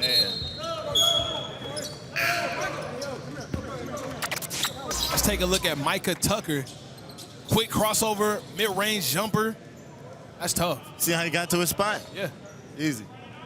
And a lot of guys, when they make a move like that, too, like, you're so focused on the move, you forget you got to make a shot, too, to stay poised. So. Let's stop this barbershop debate right now, bro. If you cross somebody and don't make the jumper, do it count. Because if I do it, it count. You know what I'm saying? If I do it, it count. It definitely count, but it's not as It ain't as valid. But if you really drop somebody like for real, no push off, they miss a shot, I'm still counting that. Yeah, it's worth when you drop them and don't make the shot. It's worth it's worth the conversation, but not the credit. You don't get the credit, but the conversation is worth it. Another bar. Yeah. Honestly, yeah, like as a defender, you still gonna get killed, but like on offense, you're not gonna get credit. Yeah, so it's honestly. Who's hating, for real. Hey, man, I like the new look of headband Jeremiah. All right? When Jeremiah got the headband, he a different dude. Tough mid-range jumper, off the dribble. What is this? Excuse me. And one whole lot. Hey, headband Dan, it's crazy. It's like Brian with the headband on, the headband on. I'm glad he found it during the little 3-on-3. He had threw it. He threw it off. Was y'all big on accessories when y'all played, man? Not really, nah. Tough lay. Oh, Way to run the floor, though. Nah, I just like wearing long sleeve, really. Long sleeve shirts? Yeah. I can't shoot with a long sleeve shirt on, man. It's gotta be baggy, though. Can't be like compression shirt. Maybe just because I ain't a real shooter. You know what I'm saying? TJ, can you shoot with a long sleeve? Actually, that's funny. I worked on a long sleeve yesterday. Ah, yeah, it's me. But it's not no tight long shirt, though. They got to be like kind of loose, but like, what a pass. I'm telling y'all, what you feel like? Jeremiah, he a different boy out there, That's man. a different guy right there. Look at the read, though. The quick read. Needle threader on silver. Lead him to the back, yeah. That's a good play right there. You got to finish that. Now he just got to get the diamond so he can make the layup. Ah, true. That's a great pass, though. I don't see how people play in long sleeve shirts. Either.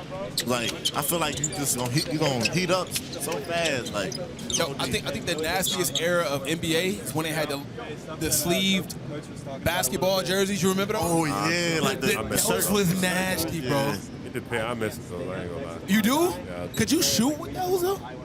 I mean, I wouldn't get it like super tight like that. I'd have a little baggier. Basically like a t-shirt. That was a nasty time. Oh.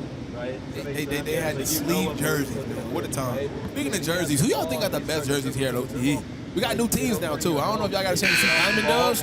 Those are my favorite jerseys. The black joints, with those are He's crying nice. about he's been open, ain't got a rebound, ain't defended nobody, ain't did. I like the Cole Hart. But he wanted the ball on offense and then come over here and scream it. I'm probably Got gonna no go. right for that. What you got? Cole Hart. Dreamerz. Give me the Reapers. ball. Get a rebound. It's only 2 teams in the building. I'm going Reapers. Okay. I'm a competitor, so I ain't even looking outside the building. You feel me? I ain't looking outside the building, man. I'm excited to see Fear God's new jerseys because obviously they're a new team out of Miami. We got Fear God that's going to be participating. They got Shine the Bayev. They got a lot of buckets over there. Fear God? Yeah. What state that's in? They out of Miami. Really? Yeah. They're going to be playing here at OTE. Really? That's hard. Yeah, bro. So that's hard. It's going to be dope. I'm excited to see their jerseys. I'm excited to see some of the players. They got one of the best guards in the country with Shine the Bayev. Like, they're really good. Oh, that's hard. Yeah. I thought you meant the school in North Carolina. Bro, they got a whole new. Yeah, we got a whole new team here. That's hard. It's gonna be tough. I like that. I ain't gonna lie. Just over 3 minutes left in the game. It's kind of close, man. 20-15. I think this is what it's all about right here. 5v5 showdown. YNG, man, a guard that I've seen work out a lot. He plays the right way. Nah, he do. get his guys in the right spots, command the offense, be a leader. That's kind of what you got to do as a point guard. And you can see, hey, Malik Thomas out there chirping, bro. He ain't been quiet yet, but he just chirping. He definitely bring the juice to the gym. Waves out, 3 ball. Too much on it. Intensity level is high right now.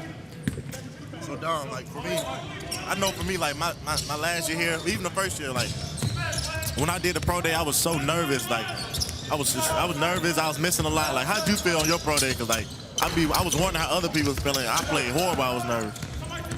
No, I feel like, because there was just so much going on at the time at OT, like, we were so new. We were trying to all figure it out. Like, I didn't realize like kind of how big like the moment actually was. Like, OT playing for real. So, like, I'd probably be more nervous if I did it now than like at the time. It was just like such a blur going through. Man, that's a fact. Like, literally, the first year, like, I felt like I was doing so good. In the second year, when I realized what I was actually doing, bro, I probably airballed 3 shots in the The easy one seems so tough because it's like you damn near supposed to make so much added pressure. But like we always talk about what it's like playing. But what I want to ask you, TJ, is what is it like the days leading up to it? Is it like sleepless nights? Are you like talking to mom, dad, your brothers like, hey man, it's coming up? Is it a topic of discussion or do it just creep up on you until the day it's time to hoop? So, like, for the first year, I was definitely like, you know, I'm telling all the family, like, I'm about to be playing in front of NBA scouts tomorrow. Like, tomorrow, the day, I'm about to get signed tomorrow. But like, the second year, it was more like, internal. Like, I knew what I had to do, trying to be prepared. So, it's really just depending on how you look at it, but it's all about experience and focus on it on the moment. And you being able to play, obviously, over in the G League, professional basketball, what have you learned at that next level that, you know, that you didn't really understand? Maybe it was the business of basketball, or maybe it was the game, something that you can give back to some of the kids here. So definitely, but one thing is definitely basketball. It's a business, but at the same time, you have to worry about yourself to a certain degree. Like you gotta make sure you're ready to perform. You gotta make sure you're ready to do your job. So slowing the game down and just being able to do your job, win or lose, indifferent. That's the biggest thing. Waves out on a break, corner pass, Good shot. Ben Jeremiah once again, man. That boy gonna go somewhere. Hey, look, man. Hey, you better not Going places. You throw that headband off again. I don't know what he gonna do. Real. Micah Tucker putting him on skates right now. Hey. Oh. Uh-oh. Is that a flop? I almost said something crazy. I wouldn't say. No, I'm trying. No, that was definitely a flop. Look at it. Spin move. Ain't no way he bumped him that hard. See, that's a flop. That's a flop. That's a flop, bro. He did. And if he that strong, somebody need to get the pen and paper. It was a good flop. I believe A it. good flop, yeah. So if you were the ref, you would have went for it. I would've, yeah. 25-17, just under 2 minutes left. Ash there. Foul on the play. So now we've seen the drills, we've seen the 3v3s. Now it's time for 5v5. TJ, you know, a lot of players aren't the best when it comes to drill work. You know, you might see a guy that can 2-ball dribble, 4-ball dribble, but he can't break a press. So talk about the difference between drills and, you know, actually playing in the game. So I'll give you a good example. So for me, before I was going to play in the summer league, I worked with like a new shooting coach, and his main thing was focus on getting the game reps and live action. So like all I did really was play live, like my brother and stuff, but it'd be like drills or just helping things. So I feel like the cones and stuff, it does help when you try to do the fundamentals, but at some point you will definitely have to go game speed and get that real reaction, that real read. Tough shot right there. Tough. Hey, man, Hype Jackson, he's one of them ones. Playing for City Reapers last year, they had so much guard depth with Jaden Mushoff and Amari Evans. He didn't get the ton of playing time, but I guarantee you this year, he's going to turn some heads and get a lot of time. That's for sure. For loose balls, got the hustle. Hey. Ooh, that's tough. Tough layup finish. That's tough. Good move right there. You got a 3-on-1, you going to take it. You better finish that. 3-point game.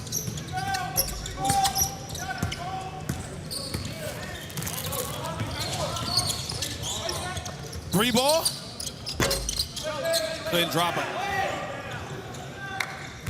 Cole Hart's bench is telling them to slow the game down and got the lead. The hyper prime pressure right now. This is a big stop right here. Way with the great pass. Akai with the Great pass. big time finish. But once again, we talked about Way. That's a heads up pass, right? Yeah, for sure. They just playing smart right now. Playing physical, cutting timely, playing fast when needed, slowing the game down. Pull up. Hey, that's a sneaky foul. Yeah, That's a sneaky one. You trying to give him a leg tap. You want a little bit. Now you want to know what's funny? One year in the finals, sorry, he was shooting a 3, and I was like, I'm not gonna contest how I'm gonna hit this. I'm gonna contest his feet. He hit the shot. That's a smart foul though, because you would think nobody looking there. Literally, that's not even a foul, honestly. Are you gonna tell me I fouled him because I hit his leg? It's crazy. Hey man, I'm screaming foul. I'm screaming for foul. sure. Cole Hart's going at it with the ref right now.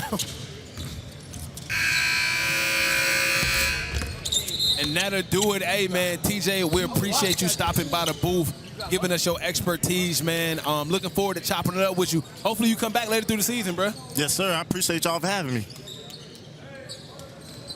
Let's take a look at some highlights of last game. Close game, 24-27. Cole Hart's able to get the W. Wayzal able to do the no-look pass.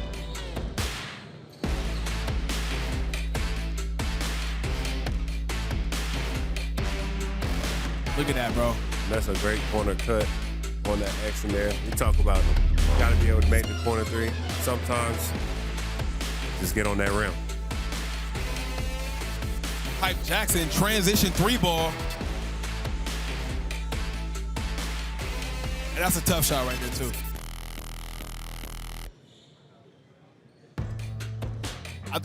I think what we've been able to see over this entire time is just guys continuing to make the right play, right? Pump fake, one dribble.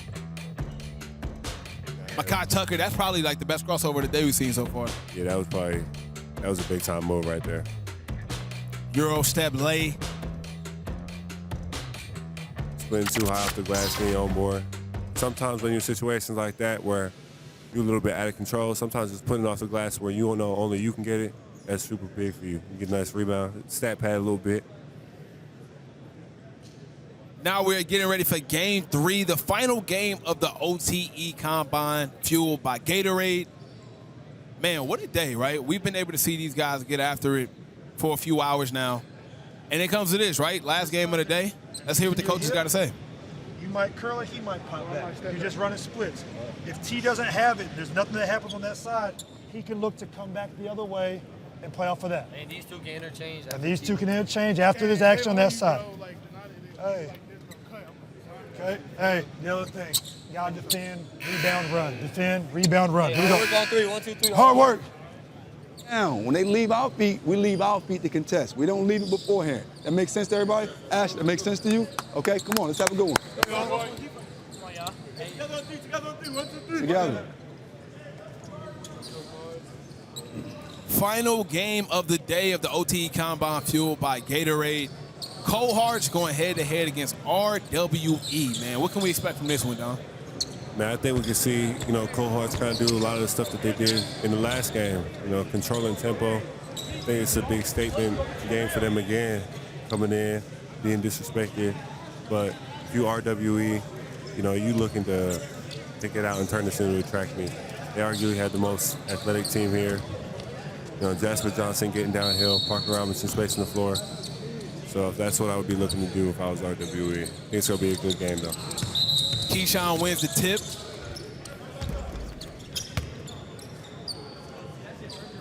Oh, I guess the tip didn't count. Bring it back. Yeah. Bring it back.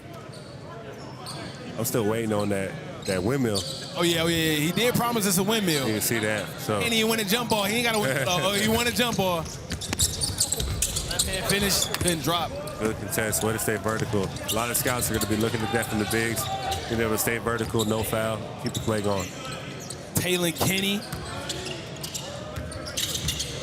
Amari Chaudhry going head-to-head.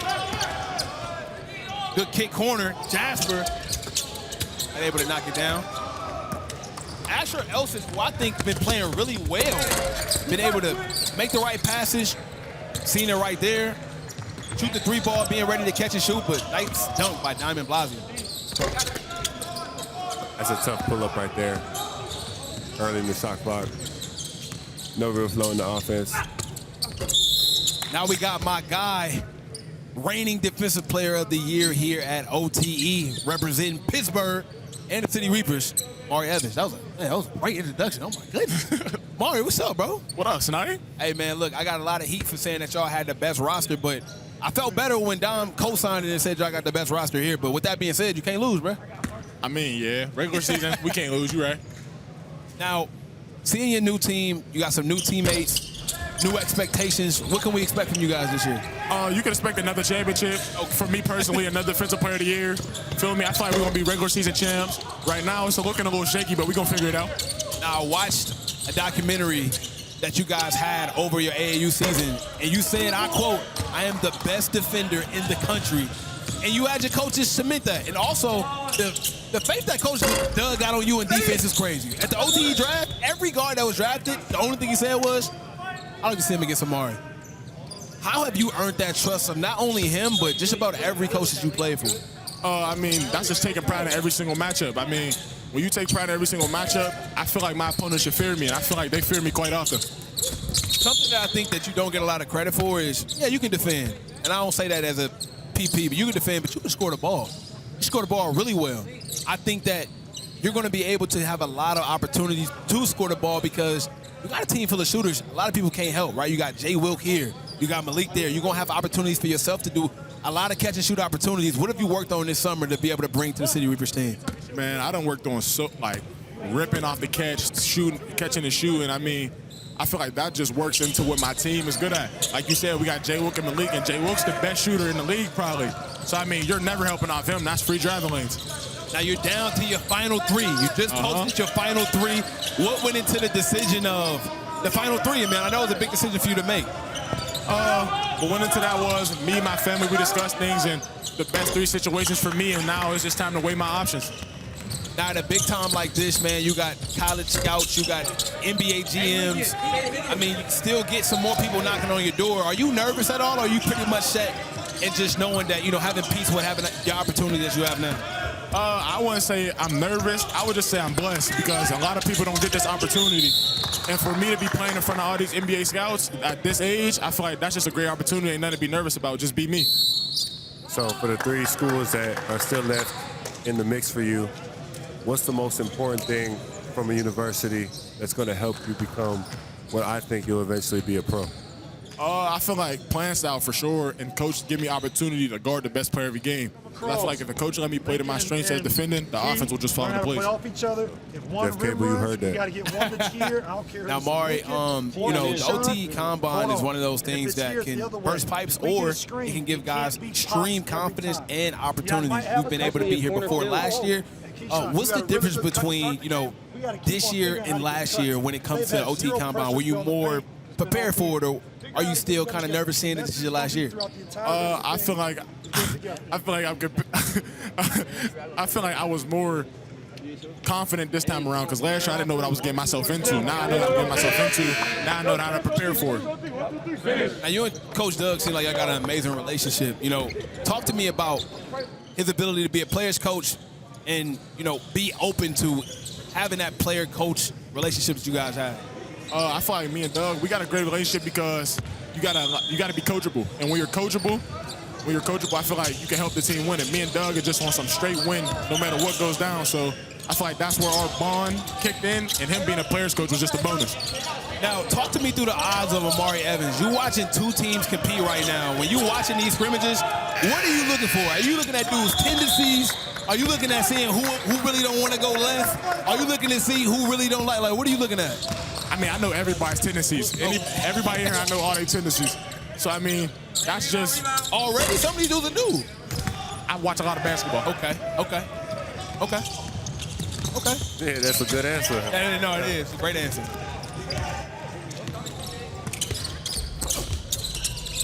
Nice finish down there at Diamond Blasio.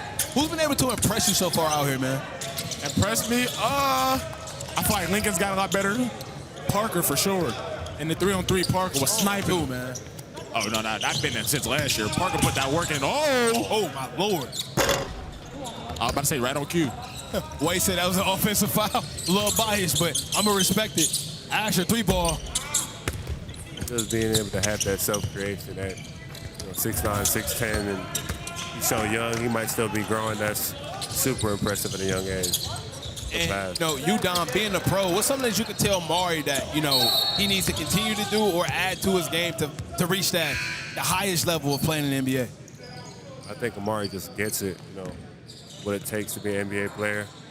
It's a lot more mental and physical at the end of the day. You got to be ready to be able to read coverages, to understand your playbook, and just get so many different scouts. Play 82 games compared to like 30-something here.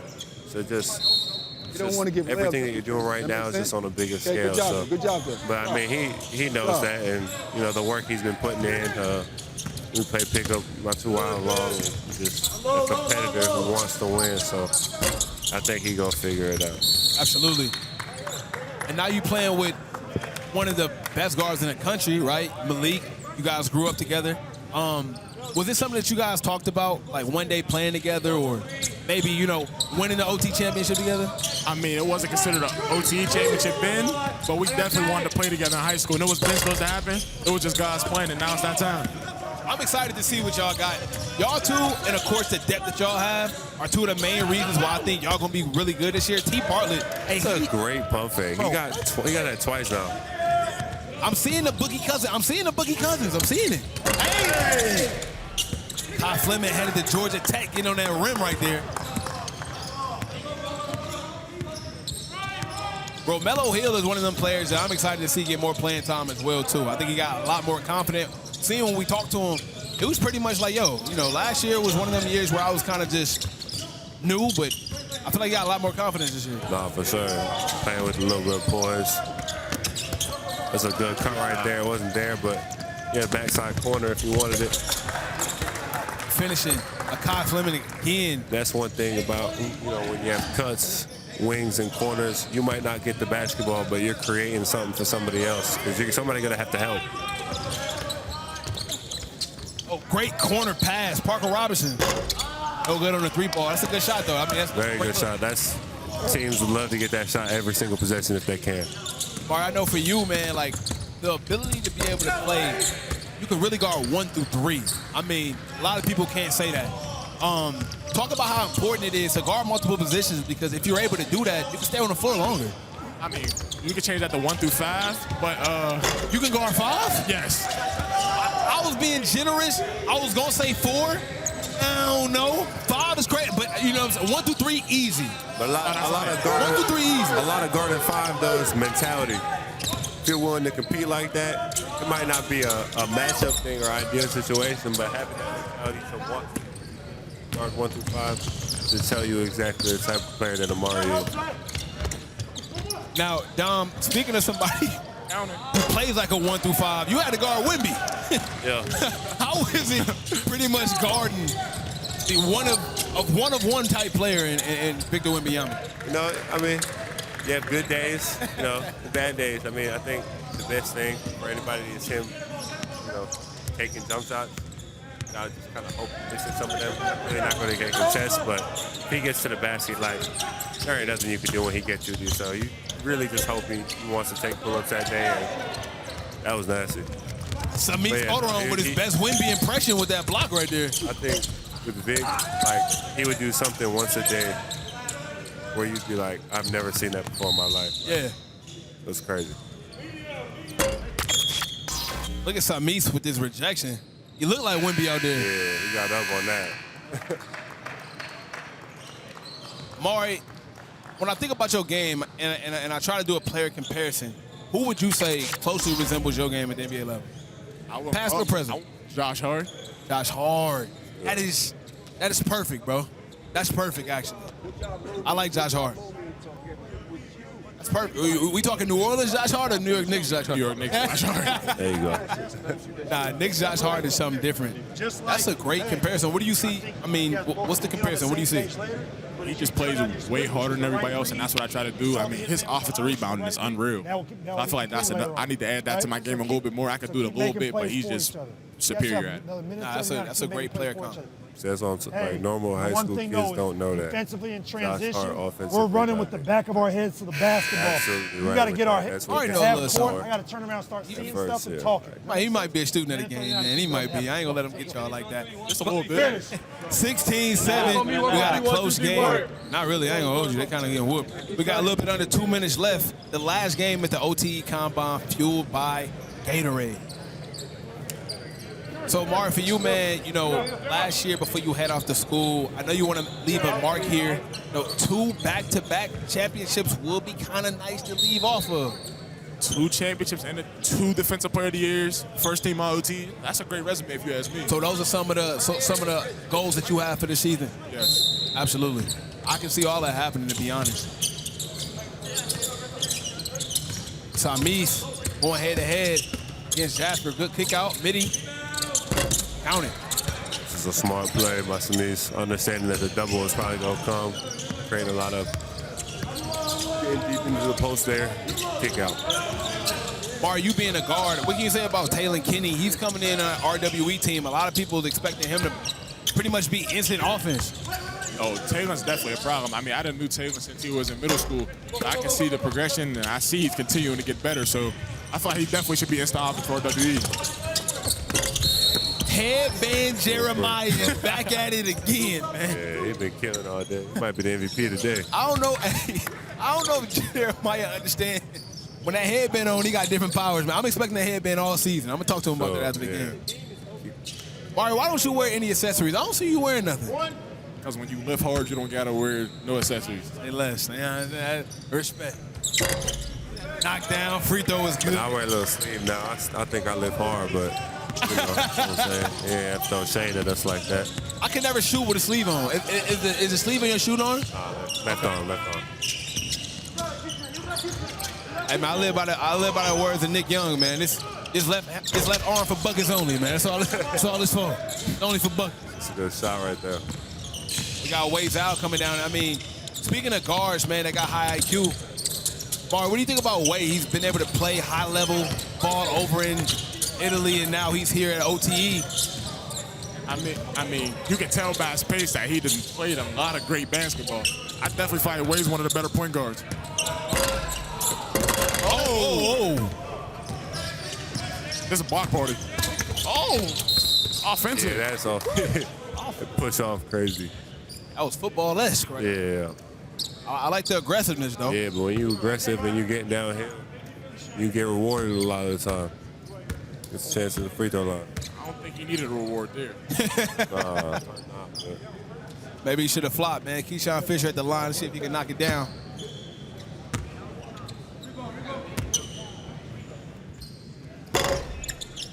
Count it.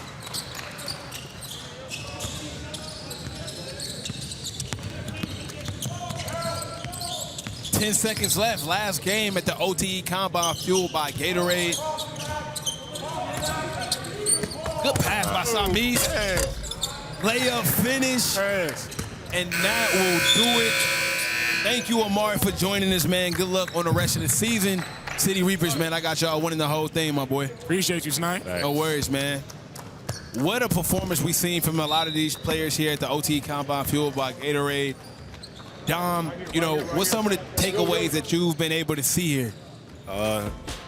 One thing that the cohorts might have something to say about, you know, us saying the City Reapers the best team, but the competitive level was very high today.